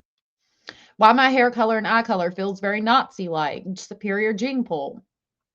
Thinking about these stupid, insane theories he has, I guess, in his mind, it makes sense. The piano and music comments are made to convince me this is right and will create perfect offspring, he calls them. I mean, so this tells me that he's making a baby factory. I don't think it works that way, and it's making me hate playing altogether. Piano or viola, I'm starting to resent them both. I miss the person I was before I was made into what feels as a human incubator. So here's more of that sheet. Obviously, there's so much with babies. I mean, there's clearly something going on here that we have never heard of. Because remember, according to all accounts and all authorities and records, Epstein has no kids. There's no confirmed record of Jeffrey Epstein having a child or any offspring. Pretty weird. So, and we got about 5 more minutes of this to listen to, but when we go back to the other Mario Nawfal interview, you're going to hear about how, like, one day she was double booked and she came when a different girl was there and was supposed to be there. So it was like he didn't want the girls to know about each other. So how many girls did he have pregnant at one time? Was there hundreds of girls that were pregnant at the same time? And this girl would be brought on some nights, and then the next night, a different girl who was pregnant, a different girl who was pregnant, a different girl who was pregnant, and these babies are being taken. And if so, who's taking care of the babies once they're taken? Where are all these children at? Or young, I don't know how old they would be if this was like 2003. And why have we never heard about this? Orange Rose, good to see you, love. It's very disturbing. I'd like to do an episode just on the victims' journals, but we're getting a good part of it, the most important part in this episode. Oh, here's some more code she wrote and translated. It says, my friend blank realized much of everything and came to get me out of Mary's. She made me leave all things of value on the bed. She put all my belongings in trash bags. I have maybe avoided New Mexico. I've been staying with friends, but never more than 2 or 3 nights because my mother is on the war path. Blank have been so great, but blank saw me changing and knows about the baby. He said he promises to help me and we will figure out what to do. Then up top, there's this. So at this point, it sounds like she's run away with a boyfriend who's trying to help her, who sees what's going on. Could you imagine being a fucking 16-year-old boy and this girl that you like, that you've got a crush on, that you're talking to, just lays all this out, and she pulls up her shirt and she's fucking pregnant. Like, I would want to get her the fuck out of there too. And at the age of 16, you're too young to really do much, so you run away. But you can never hide from these people. Kim said none of these people paid attention in science class because blonde hair and blue eyes are recessive genes.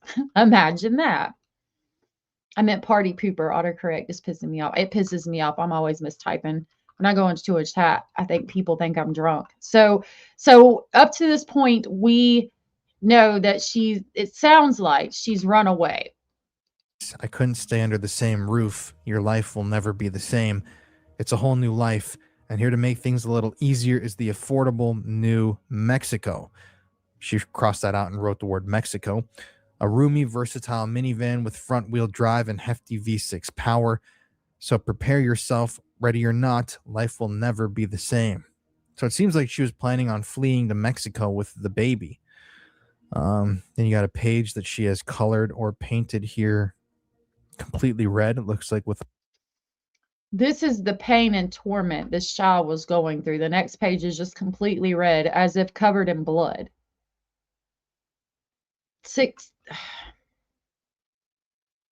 I don't even know what to say. What do you say? How does anybody try to help her make it stop? Orange Rose, thank you so much for the super sticker. That was super sweet and super amazing of you. Amazing! And I really, really appreciate that support. Thank you so much, Orange Rose. It's good to see you, my dear. Cindy said, this is so twisted and only the tip of an iceberg. Facts. Bop, boom, boom, boom, bop, bam. Look, Abraham's sending everybody the packages. Orange, I hope you got your package. I'm so excited for y'all. That's awesome. The marker. Here's more of that marker splatter on the page. More writing that she wrote. More about children and sonograms and everything. She wrote, my heart belonged to her. She was so very beautiful. She was perfect. I can't bring myself to write what happened. I am beyond broken. I only got 10 to 15 minutes to hold and feed her before they took her. She is mine. I want her back. Distraught. So here, it appears that she had the baby and they took her. How did we go from running away to try to escape all this and go to Mexico to they took her, I want her back, only got 10 to 15 minutes to feed her? That's definitely a baby being born. And again, going back to the make sure she's pregnant before she has relations with anybody else from Jeffrey Epstein, I really think that this motherfucker was creating a superior gene pool. She was so very beautiful. My heart belonged to her. She is gone and she won't be coming back, with another picture of a baby. And this poem, Child. Your clear eye is the one absolutely beautiful thing. I want to fill it with color and ducks, the zoo of the new, whose names you meditate. April Snowdrop, Indian Pipe, Little, Stalk Without Wrinkle, Pool in which images should be grand and classical, not this troublous wringing of hands, this dark ceiling without a star. More, as you can see on this page, concerned every day, her passion is dead. Farewell to a princess and to an angel, inhuman prophet left behind. My heart is gone. She wrote, help me, please, can't anyone find me? Barely survived all those procedures. My heart is gone. This girl was so intelligent and suffering so much. Oh, I know it was an awesome one though. I need to see if I can see what it was. I appreciate it. I know it was a great super sticker. I always enjoy looking at them. I like the lemon. It's so cute. It looks like he opens into an orange. Thank you, Orange Rose. I hate to say this, but if they were eating babies, could this be where they came from? Don't hate me all. No, it's a valid question. I think they were eating babies. They talk about certain pictures with people eating fetuses, but I think this girl was curated and sleeping with Jeffrey Epstein specifically to create a gene pool. I think there were girls that were impregnated by probably other people than Jeffrey Epstein at these parties and gave birth to these babies to be eaten or whatever. And I'm sorry, I know that's hard to hear and very triggering, but I think these were created for a gene pool. She even talks about it in these journals. And more code here. Steals the baby that brought her such joy. I love her so much. And she wrote, April 22nd, I had no choice. I wasn't ready Really, and Lola? she wasn't ready. My mother had found me and it was urgent.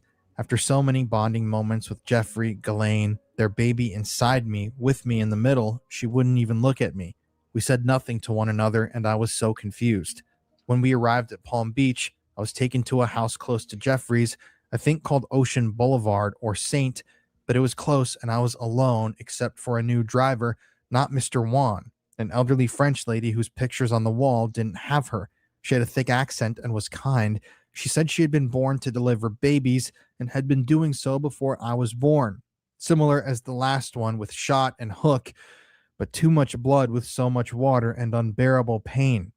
She put her hands inside of me and seemed worried. I didn't understand something about the baby facing wrong way and putting pressure on a placenta. things would have to be different. She said I had to be brave and strong and listen to her directions so she could help safely get the baby out. I was terrified seeing so much blood on the bed and floor and started to panic. She had me flip over to my hands and knees and had me push and push. It was so excruciating. I could feel everything as she tried to guide the baby out, but I was so tired. I felt I was dying, but suddenly she had caught a beautiful baby girl who made more than a whimper but beautiful cries. She let me hold her and washed her and brought her back clean and perfect. She smelled so good and showed me how to feed her. But only after maybe 15 minutes, Mr. M came to take her. I was hysterical and begging for more time.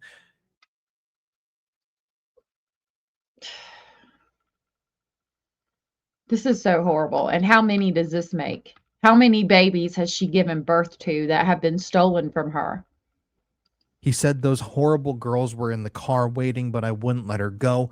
The old woman promised me she would be safe, and I had to let go. 4 pounds, 10 ounces, 18, 5 inches long, with beautiful long fingers. I am dead inside. Life has no meaning. I don't want to be here. So I think we get it. I'm so sorry for what that girl endured at the hands of these monsters, but I think that was for gene pools. I don't think that was for consumption, to put it nicely, but I do think there were some that were born into this just for consumption. Right. There's a lot of people that sounds nice. And again, this girl is seeing Ghislaine as somebody who's nice, and Ghislaine is not somebody who's nice, and we're going to learn more about that too. I think these people are just nice to her to try to comfort her because they see her going through this and they know what's about to happen, and they're trying to keep her from breaking. But you also hear about how the doctors don't say anything and that Ghislaine seems mad. I mean, this person is such a child that she thinks Ghislaine is mad at her for having the baby that she wanted so badly to make sure she was pregnant with. Yeah, that was a low birth weight. I was thinking about that too. It's an indication of a premature birth. I'm wondering if they're making her go into labor early so that she doesn't show as much for school or something. And she talks about blood with every single one. There were several babies born during the time of that writing, and I don't think that everyone would have a lot of blood like she describes. I cannot believe this is happening in this day and this age, the war between good and evil. Exactly. It's so sad.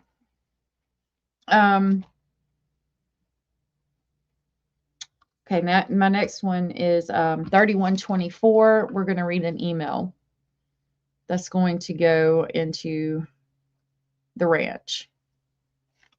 Hold on. No, we want 2654 to 30. I was about to skip a timestamp. Okay. Wanted to have a baby with him. I did not want to have his baby, but I guess she's the only woman. Hold on. Sorry, I went too far ahead.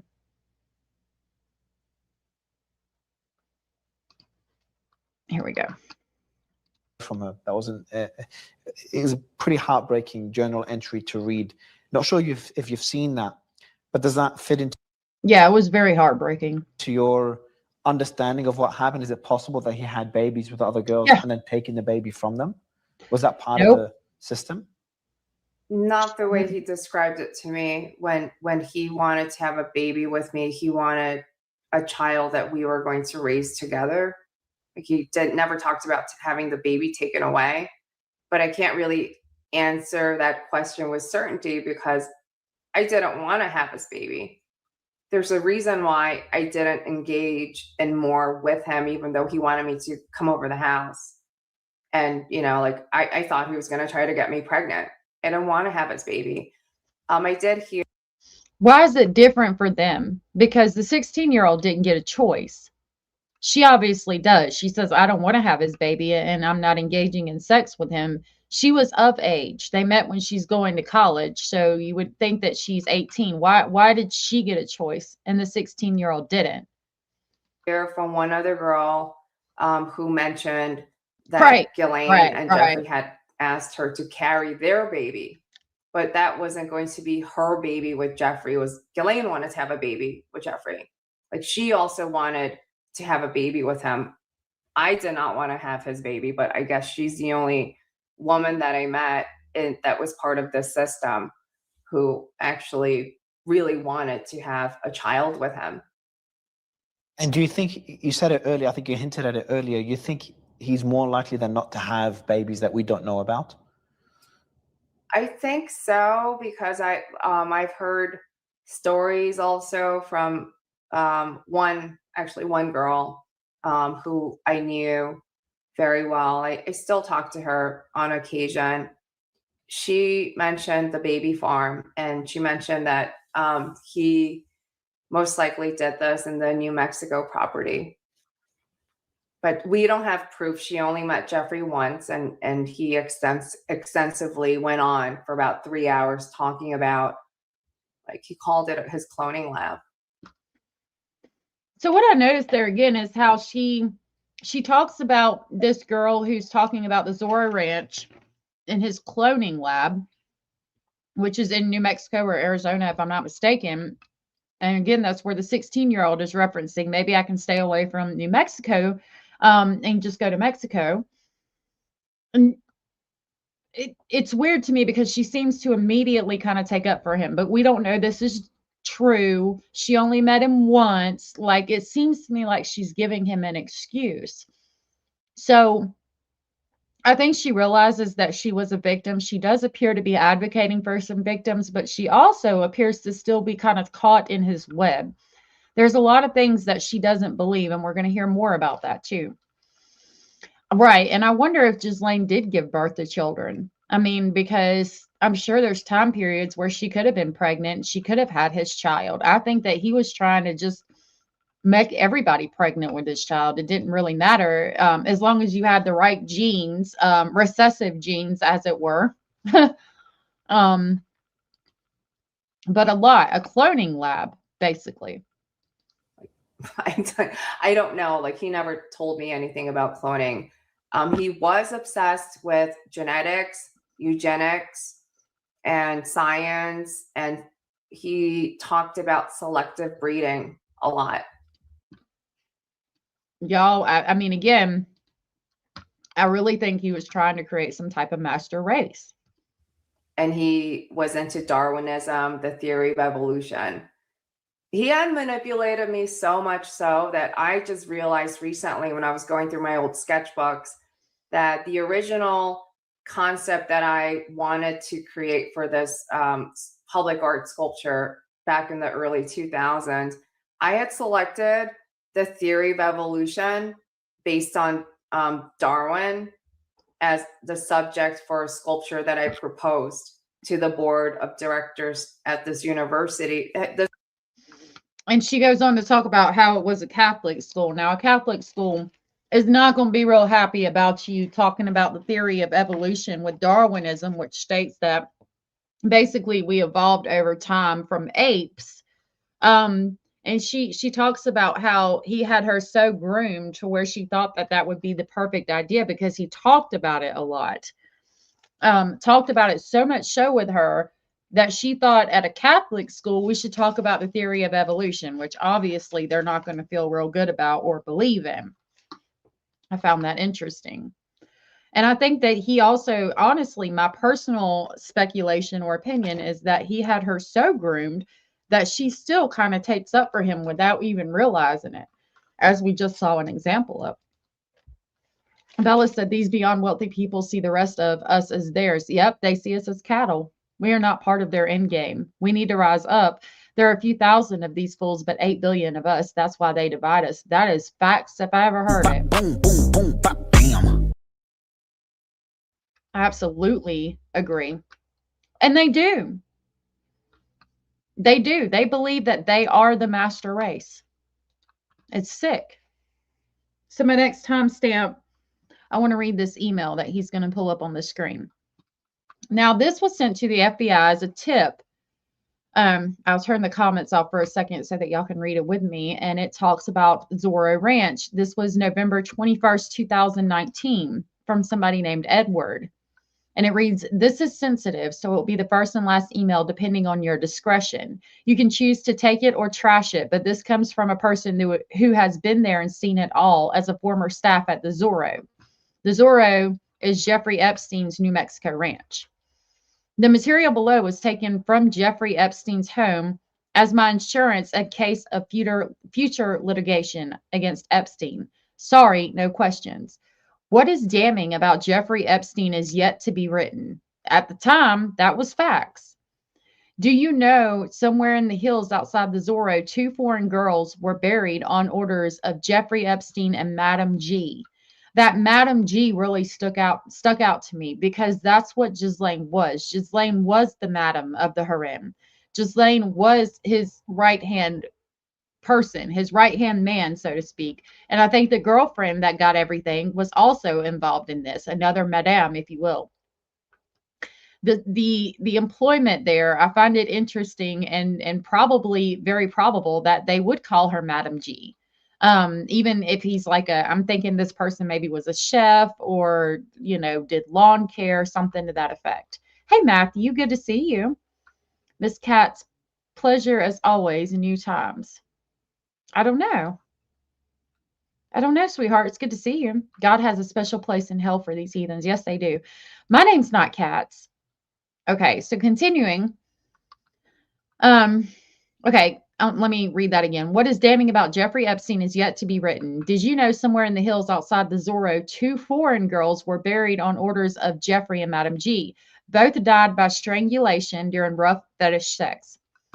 I find that very probable, and that's because we're going to read some emails that are going to kind of back up foreign girls being taken to Jeffrey's mansions in a few minutes.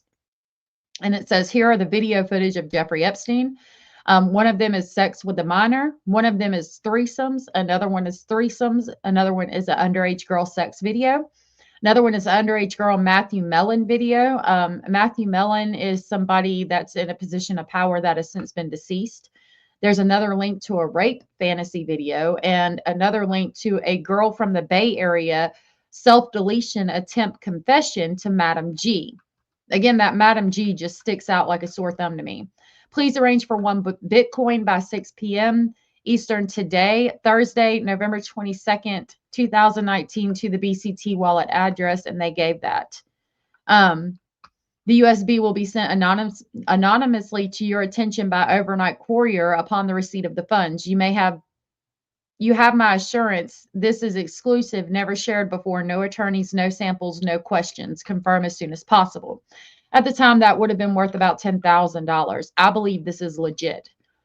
But it gives you information on what could have been going on at the ranch.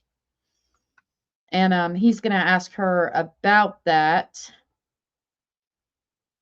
You get a 3306.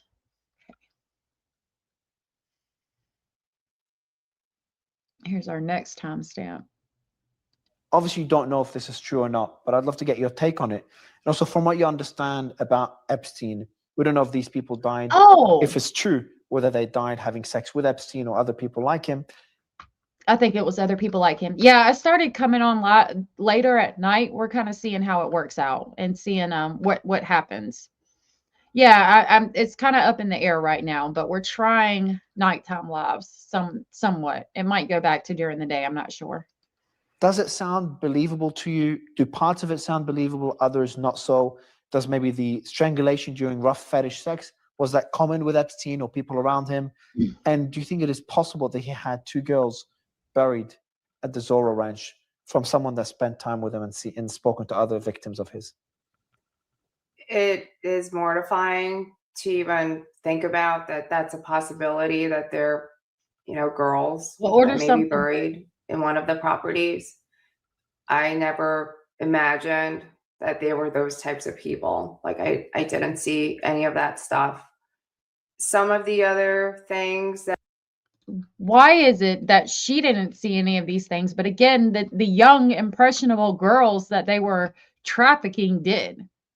What is so special about her? And why are some women kept from this information while others are thrown right into the crossfires? Oh, Baton Rouge Rose said, I'm actually off work, so I like this time. Do you? Okay, thank you for that. I really appreciate you letting me know because that's important. It kind of depends on you guys. Chinese food sounds good right now. I just made some the other night. It was so good. That this man alleges, I do believe, like fetish. Ghislaine was into that. And I believe a lot of these things took place mainly in Florida and the island. I think between the two of them, she was the one who was into it more. And she was the one who most likely introduced it to Jeffrey Epstein. And I've read stories about Ghislaine and her childhood. And this is the way that she was actually raised by her own father. So we're going to pause that right there and kind of look into what Ghislaine went through as a child by her father.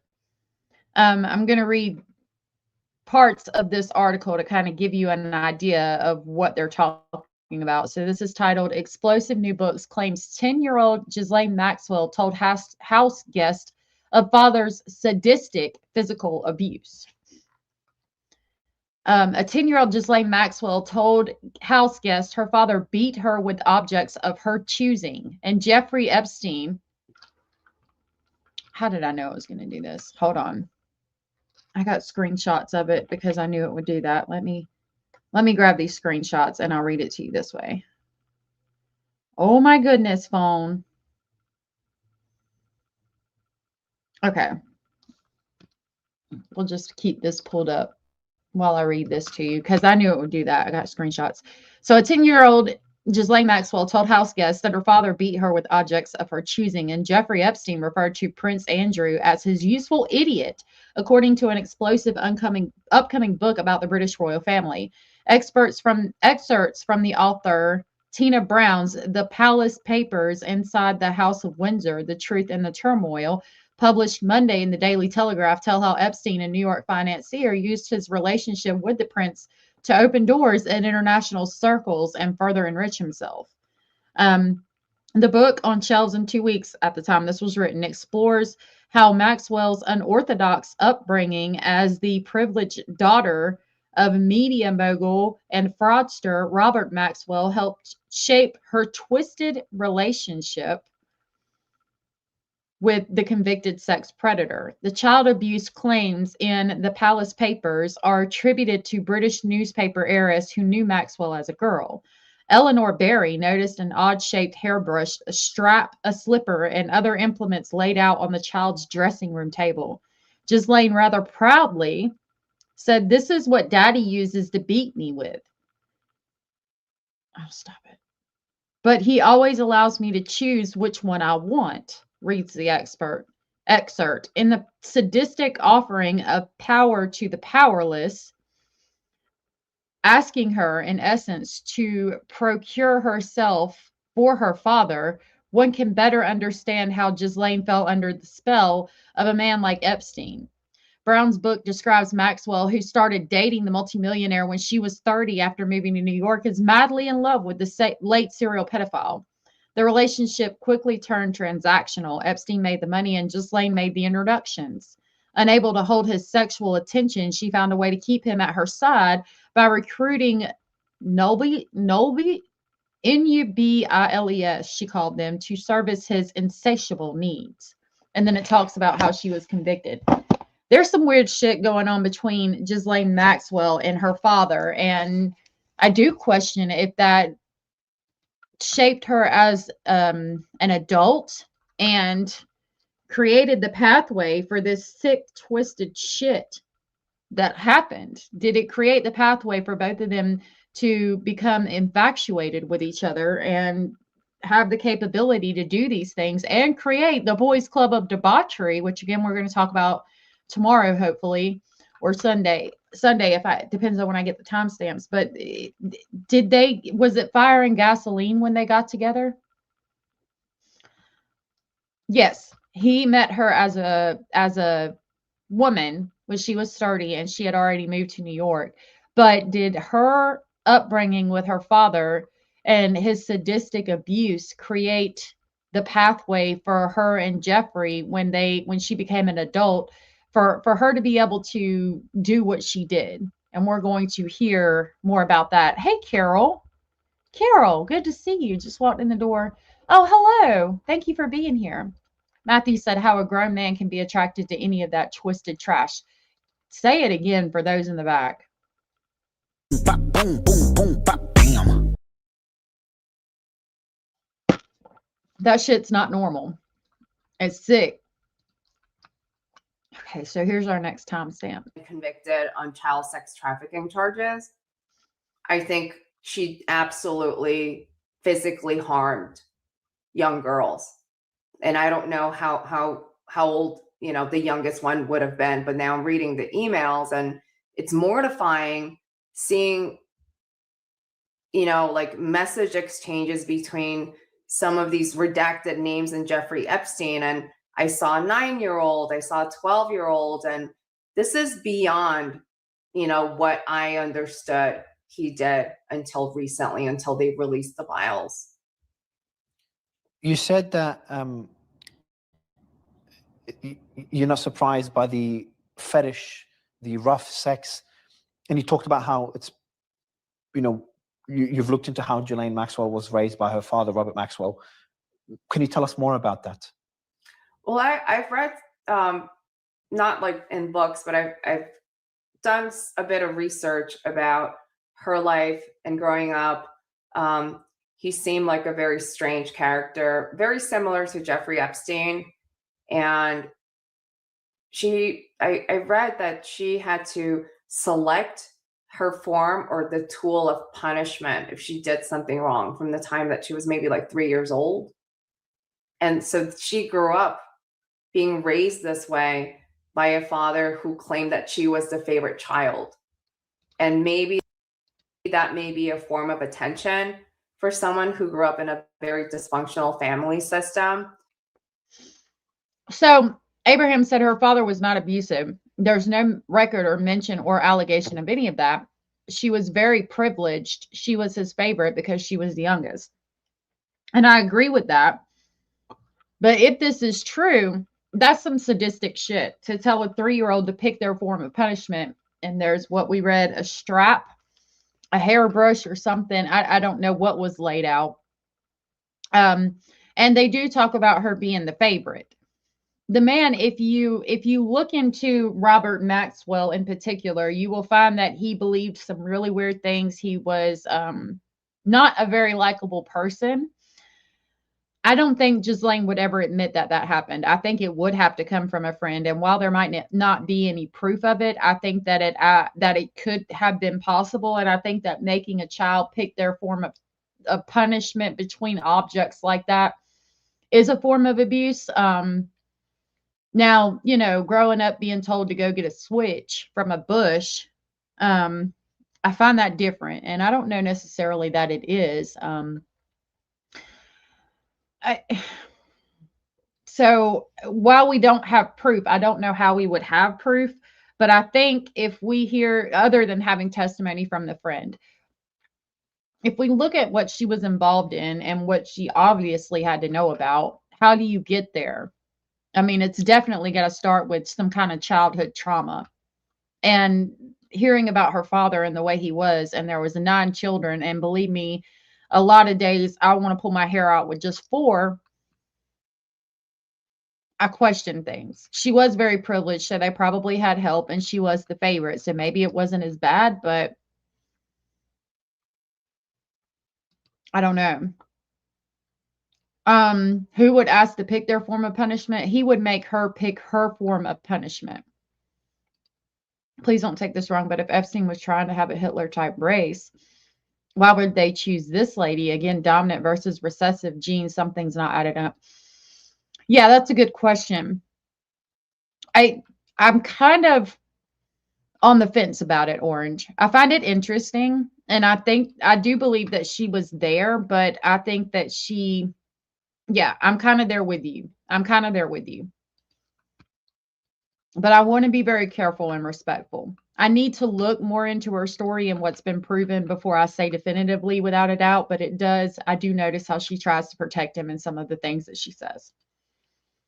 They were all really wealthy. He did not raise those kids. Nannies and butlers and maids raised those kids. But when it comes to punishment, would he be the one to punish them? And if nannies and butlers raise the kids and he's the only one punishing them, then do they see it as a form of attention? And, oh, when I'm bad, I'll get daddy's attention because he doesn't give it to us otherwise. So therefore I need to be bad.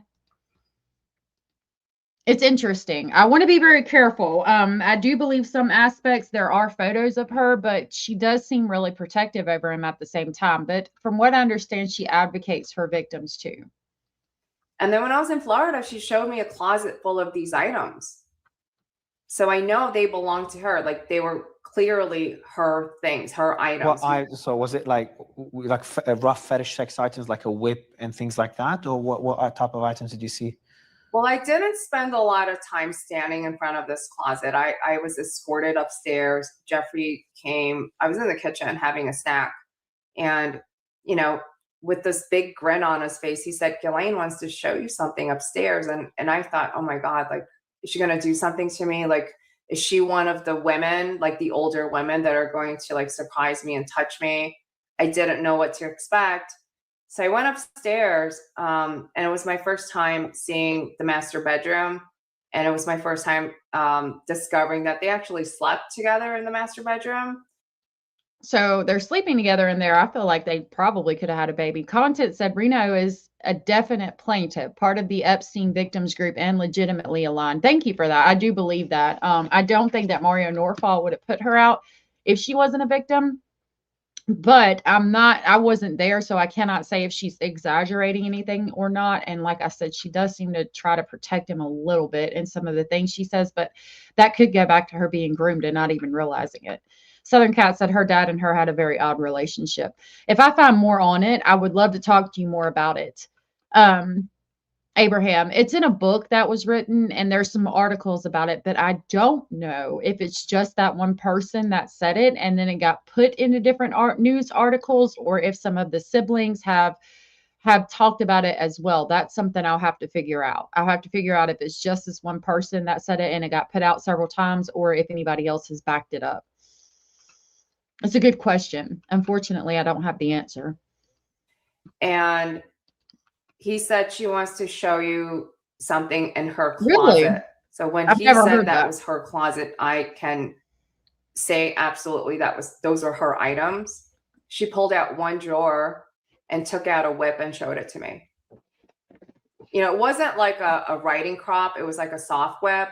But I knew just based on that and him associating that with being Ghislaine's closet, that this was a closet full of items that are similar, or maybe there are other things that were in there. But I left. I went back to my room and the subject was never brought up again. And then I was scared of her. I stayed away from her. You know, like I didn't want to have any sort of relationship with this woman. She just creeped me out. She had a very creepy vibe. It was very dark energy. You know, like she just seemed like the type of person that would take pleasure in hurting others, whether it's physical, harm or psychological harm. But she just didn't seem like a very genuine, nice person.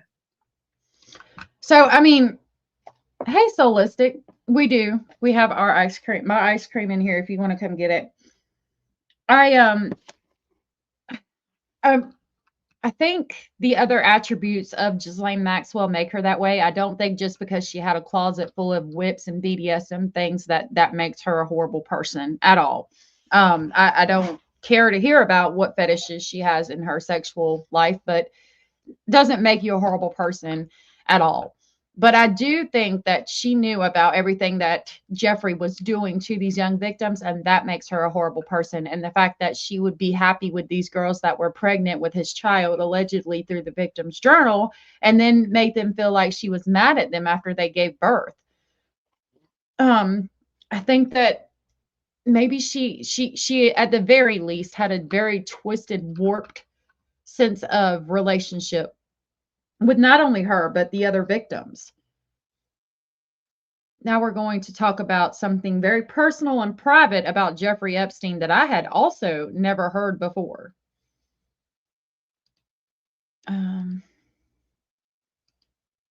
Nope. Put it right here. The producer sent me a question. It's a bit more graphic than other questions, but it's relevant to a previous interview I was doing. I've done 2 interviews with a forensic expert, Dr. G. And to work. So obviously you can choose to answer it or not. But the reason I'm asking it is in the autopsy, they talk about, the autopsy, they're meant to talk about every single detail in his body, and they describe his penis as a normal circumcised penis. But in the deposition, they read out to him that one of the girls claimed he had a deformed egg-shaped penis. Now, the reason that the forensic expert brought that up in our interview, he said, Mario, that's very bizarre. Some people are talking whether that's actually Epstein's body, whether he's still alive, or that was someone else. So during the autopsy, as if there wasn't enough questions about if Epstein is really deceased and if that really was him in the autopsy, they say that the autopsy person, the person that's alleged to be Epstein, had a normal circumcised penis. But we hear in one of the depositions that his penis was weird and egg-shaped. And so he's asking her about it because more than likely she's seen his penis, right? Have to cross the Salish Sea, the mountains and the plains, but I'll be right there. You're so sweet, Abellas. I know you would too. There's multiple red flags about how he died, and the decoy body that was moved out, the way he was killed. The picture showed an ear that looked different than Epstein's actual ear. There's all these unanswered questions. Just take it. And this was one of them. And I'm not sure if you can answer that or not, but did he have a deformed penis in any way, or was it a normal penis? Sorry for being very descriptive, but just I'm really curious to see if he does have a deformed penis, like they said in the deposition, that means there's a big unanswered question. There's a false piece of information in the autopsy report that came out. Well, I've seen the tattoo photos from the files. I don't remember Jeffrey having a tattoo, but this is back in the early 2000s. He could have, eventually, had a tattoo, or, give him a tattoo, draw a tattoo. I'm going to break from that for a minute and remind you that it was like 2003 that the victim was writing in that journal. Why are all these women from like the 2000s, and where are the women that are from this time period? Because we know what was going on up probably until he got arrested. This tattoo thing that she's going to talk about is very, very interesting. And it made me have some more questions. Or whatever in his body. I don't even know what it's called. I don't have tattoos. And he was very much against tattoos. I told him one day that I wanted to get a tattoo on my back, and he scolded me and said, "You are not allowed. I don't give you permission to put that on your body." Like, he was very just controlling with what he told the girls they should do to their bodies. Again, because they were his, he owed them. He wanted perfection. Of course you cannot get a tattoo. Absolutely not. You are mine. You belong to me. You are perfect the way you are, and you will not change anything. They probably weren't even allowed to cut their damn hair. I have studied all of those autopsy photographs. I've studied the photographs of the cell. I think there are way too many sheets. I don't think there's any way that someone can hang themselves in that manner, and it would have been a sloppy job. I thought for a while that wasn't him until I studied photographs of his teeth, because teeth are very hard to fake, especially molars and cavities and fillings. But now, after what you had just mentioned, I don't believe that would have been him on the autopsy table. So she still hasn't completely answered the question. We're going to get an answer to it. And I find this really interesting. Yeah, the cell had way too many sheets. When I was in jail, we could get away with like maybe having one extra blanket. We did have sheets. We could have like one extra sheet and one extra blanket if we snuck it, if we were able to like hide it. And we would, because we didn't have pillows. I see jail cells, they get pillows and shit now. I'm like, y'all got it nice in there. We would always keep an extra blanket to use as a pillow.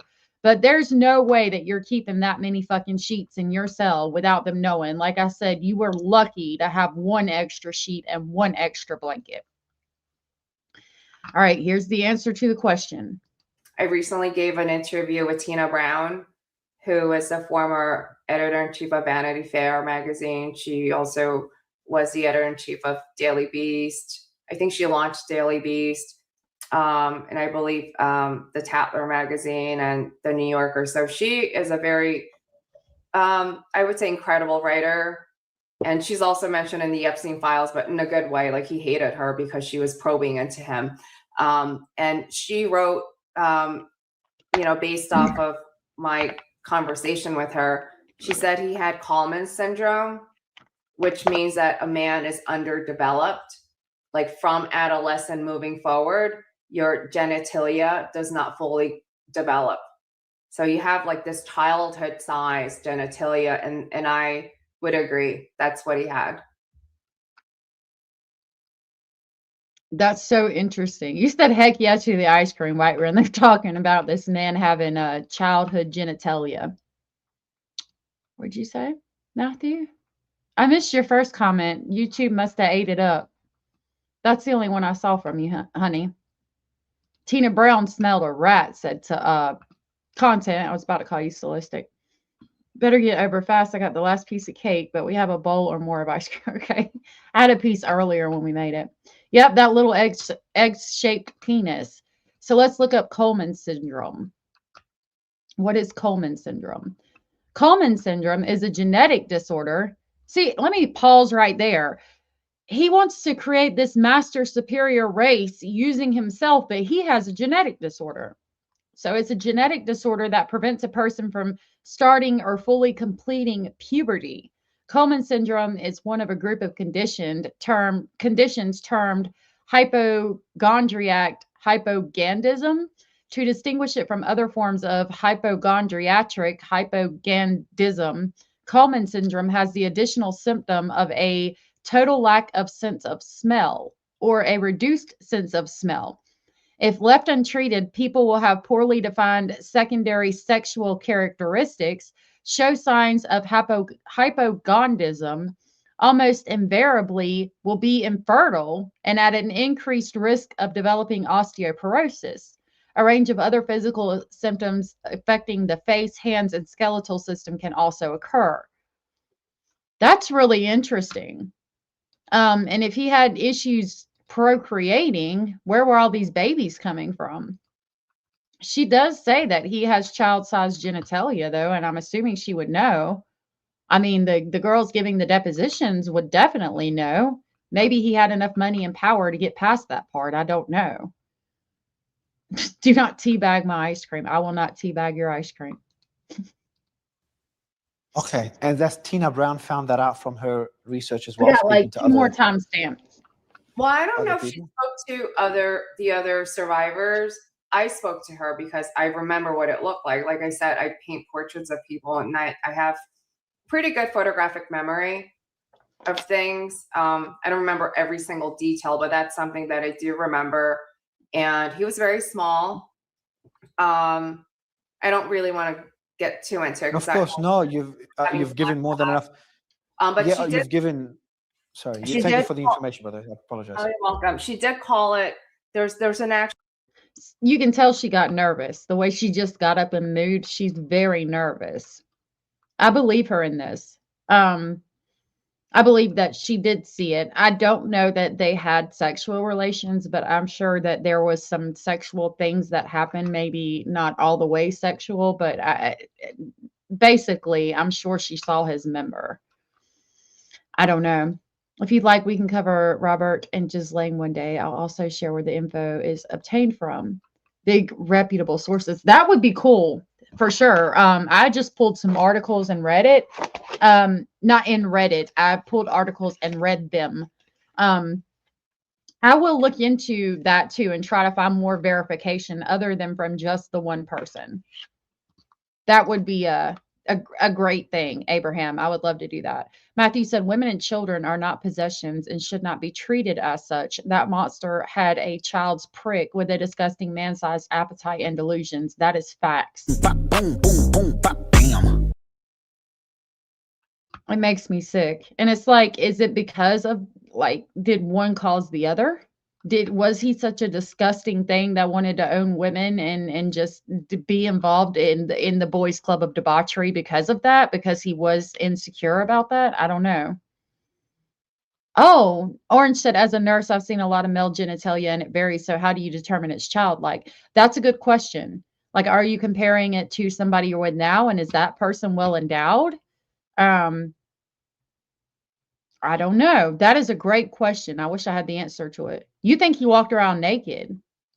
She talks about the cameras, about there being evidence of him having cameras, and that she says, I am pretty positive that he would not have had a camera in his room because he would not have wanted that on camera. He probably would have been embarrassed. Right. I didn't have that on my bingo card for tonight either, Cindy. Okay, yeah, that would be cool. I would love to do that, Abraham. You have to give me some time to look into it more and try to find some reputable sources and see what we can pull on that. But yeah, that would be great. I would love to do that with you. We'll have to get together and see when we can get on camera and talk about it. And she give him messages. She had to give him massages and have sex with him. I would think so. Maybe. Actual medical term for it's called Kullman syndrome, and then she also wrote that Hitler also had the same syndrome, which is very strange, and that's information that was new for me. And why is it that these two men that allegedly have the same syndrome with a genetic disorder want to repopulate the world through eugenics and genetic breeding? Does anybody else find that really interesting? The two men, if Jeffrey was into this, that did some of the most horrible things, the horrible studies into eugenics, wanted to repopulate the earth. Epstein with his own seed, even though he had a genetic disorder. Maybe it was hairless, no puberty. Maybe it might look childlike without hair, depending on how big it was. Napoleon complex. Yep. If he's a grower, not a shower, but honestly, size varies more than some may think. It does. It does. Maybe it affected their brain too. Yeah. Oh, yeah. Maybe that explains all the sex toys, and maybe it affected their brain. It's possible. There you go. Because of their lifelong embarrassment. Yep. Never thought I was real till I saw a grower. Wow. Oh, really? That's interesting. You could look up and do some research and get more into what it means to have that. And we just did go through that and talk about that. My next one is 55. We're going to read this email. So this is going to go back to the girls on Zorro Ranch, being from other places, okay? This is going to be an email between Epstein, allegedly, and a young girl. It says Epstein to a redacted victim or redacted girl. Okay. I might let him read it. I need to start at the bottom. It sounds like, okay, I'll just let him read it. And what I want to do is go through it and just try to get a sense of what he's trying to do in that back and forth and whether that was part of his strategy. So the first message is, if we go to the bottom, I think that's where it starts. Or it starts in August 2nd, 2014. Yeah, that starts at the bottom. Not that I've heard. Now that I understand, try to take some nude photos. Be open, brave, sexy, wild, dance, jump, have fun, live. So let me get us caught up because I was just talking.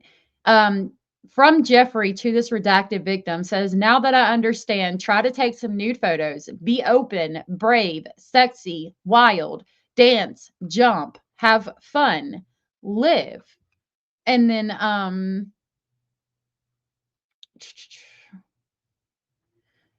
I guess he responds again and says, I think that you should, hold on, let me let him read Epstein to a redacted victim or redacted girl. We don't know who that is.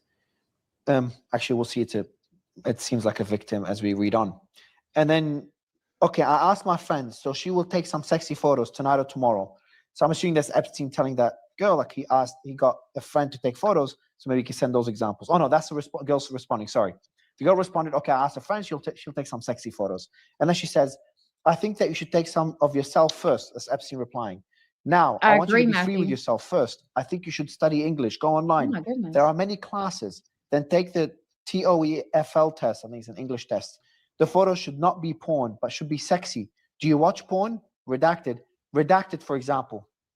You want to be free without being porn, but laugh, have fun. And then he says, you are going to be 22, not 14 years old.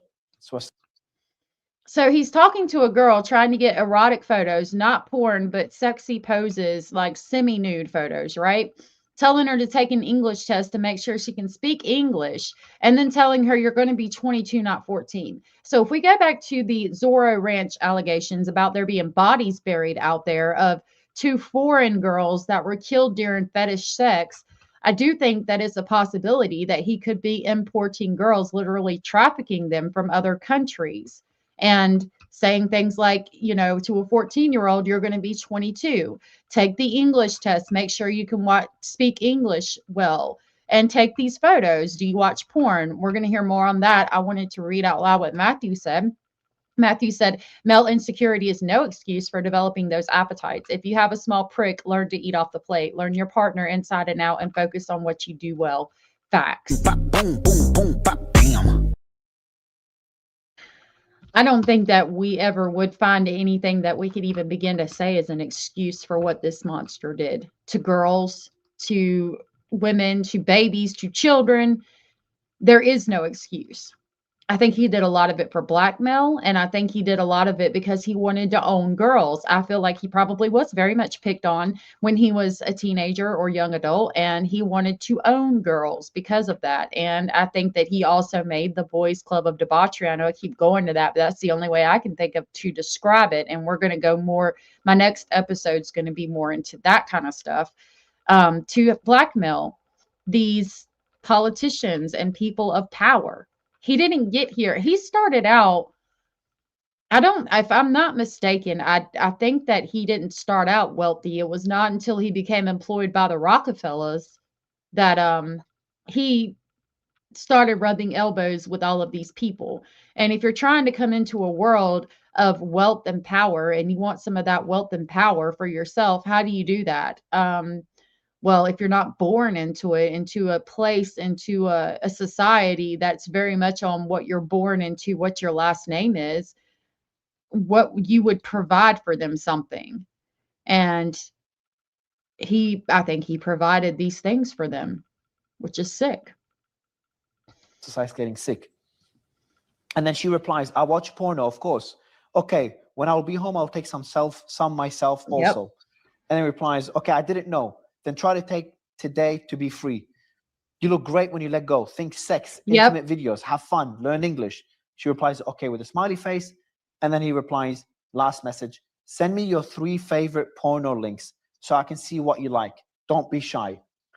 So that was in 2015. That was a long time after you were abused by Epstein in 2000, I think it was. Did you see where he... April Love, good to see you. Did you see where he was, Wexner was just testified to Congress? Wexner did give him millions. And again, you have to ask why. He started out as the equivalent of a clerk in a stock firm, I'm pretty sure. And she talks about how he would watch the stock market extensively. So, I mean, he could have traded in stocks, but again, they talk about that. They make deals to make certain stocks go up, and I don't know. I feel like there's more shit. I feel like it has to do with Wexner. I feel like it has to do with when he worked for the Rockefellers. I feel like that he probably got information from the stock firm. And I think at the end of the day, it all goes back to him creating the boys' club of debauchery. Epstein didn't start rubbing elbows with the wealthy and important, powerful people until he met Ghislaine. She was the introduction into that world for him. That's interesting. Where did he meet Ghislaine? Look up why he became Skeletor. Okay. Well, you can help me with that. Why don't you come tell me? Or you can tell me later and we can talk about that in tomorrow's episode or Sundays. I don't know if it'll be tomorrow or Sunday. Do you see any similarities knowing Epstein? What do you think that back and forth means? That's the way he spoke to me. That's the way he spoke in general. He asked me for a photograph, and it was similar. It was, I wouldn't say it was pornographic. It was erotic. It was like a semi-nude photo. And I did give him one, and he displayed it to my horror for everyone to see in one of his properties. Now, you've got this woman that you want to be your wife, and you convince her, or one of your wives, you convince her to send you a naked photo, and so he posted it for everybody that comes into his house to see. Again, I think that's to exert power over her, to put her in her place, basically. You thought this was something special between me and you. No, you're just like all of them. And I love you, and I treat you better than other women, but at the same time, I own you. And when you send me these photos, I will do what I please with them. Very much controlling. April said, and it's not lost on me that Abercrombie & Fitch is under Wexner brands. Really? I had no idea. And the CEO had those allegations of young men being taken advantage of. I knew about that, but I had no idea Abercrombie & Fitch was related to Wexner. That's really interesting. For the moment Ghislaine set foot in New York, from the moment Ghislaine set foot in New York, she was a socialite bigger than life and the New York social circles coming off the big scandal of her dad. Okay. You can play Shara and I will be I'm going to ban you. You're banned. I'm going to put you in the corner. You better stop it. This is so not he was clearly displaying photographs of the girls for strangers to see in his properties. Did he ask for your permission? What did I walk into? Oh, no, not at all. And everyone recognized me when I went to visit. Like they all knew it was me. They all said, "Oh, you look great in that picture." And like, like, why is this out?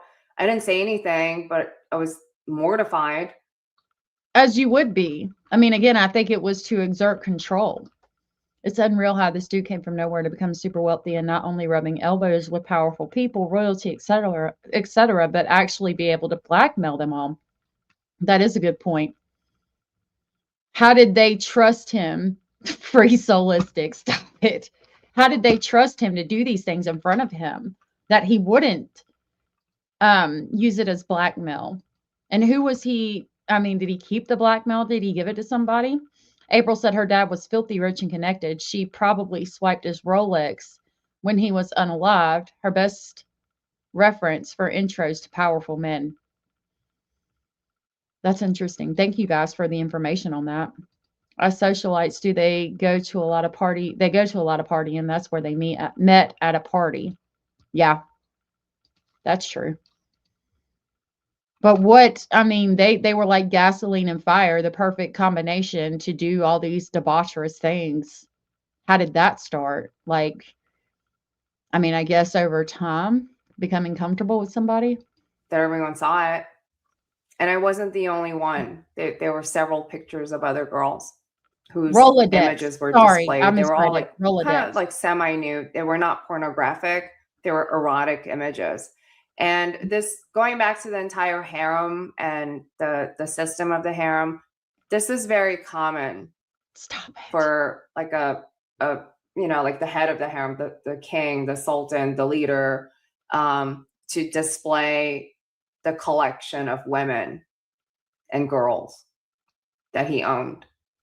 It could have been, exhibiting his collection, or there could have been another purpose that these photographs served. But I can't answer that with certainty. So I think she's hinting at the other reason being they were basically on display for men to pick, which I think could be a possibility as well, exerting control over these girls that sent these photos to him and trusted him. And he's putting them up for everybody to see because, one, he wants people to be able to have their choice of the girls he chooses to let them have. and two, to exert control over her. I don't think that she would have been available to anybody who walked in the door, but some of these other girls would. April was saying no, the Rolodex, the contacts and address book. Very, very possible. I wonder. I mean, that's probably exactly what happened. Like I said, I need to look more into him specifically and Ghislaine and how she grew up, but I don't think that that's out of the realm of possibility. No, he was no king. He was the king of nothing. Good night, Nightbot, said Jenny Jim. They trusted him because of his connection to her, despite what her father did. He was very successful and liked by everyone. Wasn't until the end of his life that he began to get paranoid and do all sorts of crazy things. So that was about it for this interview. They go on and talk about not a whole lot else. He thanks her for the interview.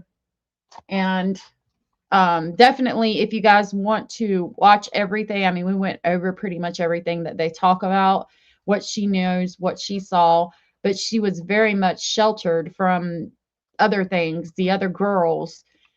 She references in this interview, I just shared the link for you guys. She references in the interview how she got called over there on a day and the secretary had gotten the days mixed up and another girl was supposed to be there that day and she was made to go home, and the secretary was mortified about this because the girls kind of weren't supposed to know about each other.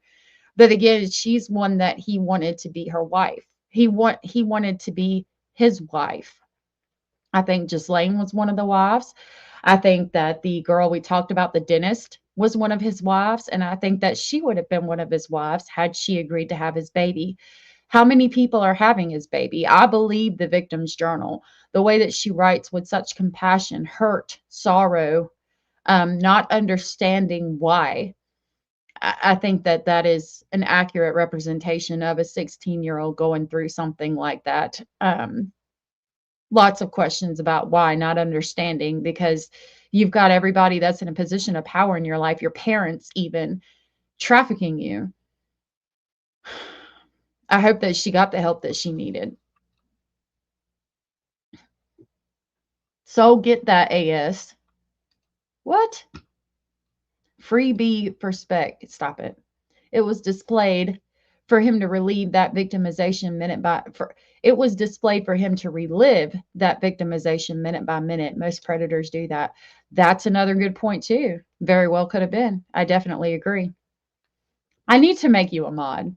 I need to make you a mod. Yeah, he's getting a little hyperactive. I'm sure the children are in there being hyperactive with him as well. I got to put the cake up. I got to go put the cake and ice cream up so they'll chill out and get ready for bed. All right, y'all. I want to thank you guys for being here. Thank you for talking to me about this Epstein stuff. I do want to do another episode that's going to go into the Boys Club of Debauchery. It's going to be an interview also from Mario, as long as I don't get struck or anything for going over that one, which I shouldn't. I want to gather the timestamps and other videos to kind of back up like we did in this video. I really enjoyed this. I really feel like we got through a lot. I also want to do another episode with Abraham about Ghislaine and her childhood. If this is something you guys would be interested in, just please hit the thumbs up on your way out and let me know. We will be doing a part 2, which is going to talk about the human meat and all of the other debaucherous things that would happen allegedly there, and things from the DOJ files. If it does really good, I'd like to go through the actual DOJ files. You guys will have to let me know. Maybe I can make a post and ask if you guys want to go through the victims' journals any more than we have, and just kind of what you would like to see covered about through these Epstein files. I really appreciate you guys hanging out with me. To anybody that's watching on Kick, I've heard that there's some like issues with commenting sometimes, so I'm going to look into that and see if I can make sure y'all can comment here as well. Edith, thank you for being a member for 14 months. That was super sweet and supportive of you, and I really appreciate it. Miss Scorpio has been a member for 7 months. I missed that the first time, I think, and she dropped a heart. Thank you so much for being a member for 7 months. That is amazing. Amazing. And we almost have a YouTube baby. Thank you for that, Miss Scorpio also gifted 5 Speculation Station memberships, and Orange Rose sent a super sticker.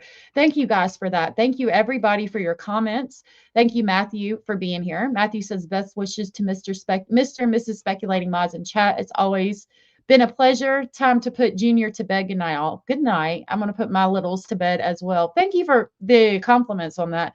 I thought I would do something different. I haven't straightened my hair in years, so I thought we would try something different. All right, y'all. I hope you guys have a good evening. I'll play the intro, kind of outro song. I do plan on redoing this. Thank you guys for hanging out with me, and I will see y'all again either tomorrow or Sunday. I want to get these timestamps together, so it'll kind of depend on how long it takes me to do that and other videos. Yeah, thank you guys for being here. Abraham, I'll email you or you email me about doing the Ghislaine episode too. And yeah, thank you guys. Thank you, Matthew. It was good to see you. Jenny, Wolfpack, everybody. Hope y'all have a good night, and I will see y'all soon. Until then, stay safe. I can't scroll down. Oh my goodness. Well, I guess I'm going to end it here because it won't let me scroll down. What can I play? I'll play the troll clip to close it out. Y'all stay safe out there, and pray for these victims, and I'll see y'all in the next couple of days. All right, bye. I can talk proper and I can talk ghetto. Both times you heard what the fuck I said. Okay? Okay. Both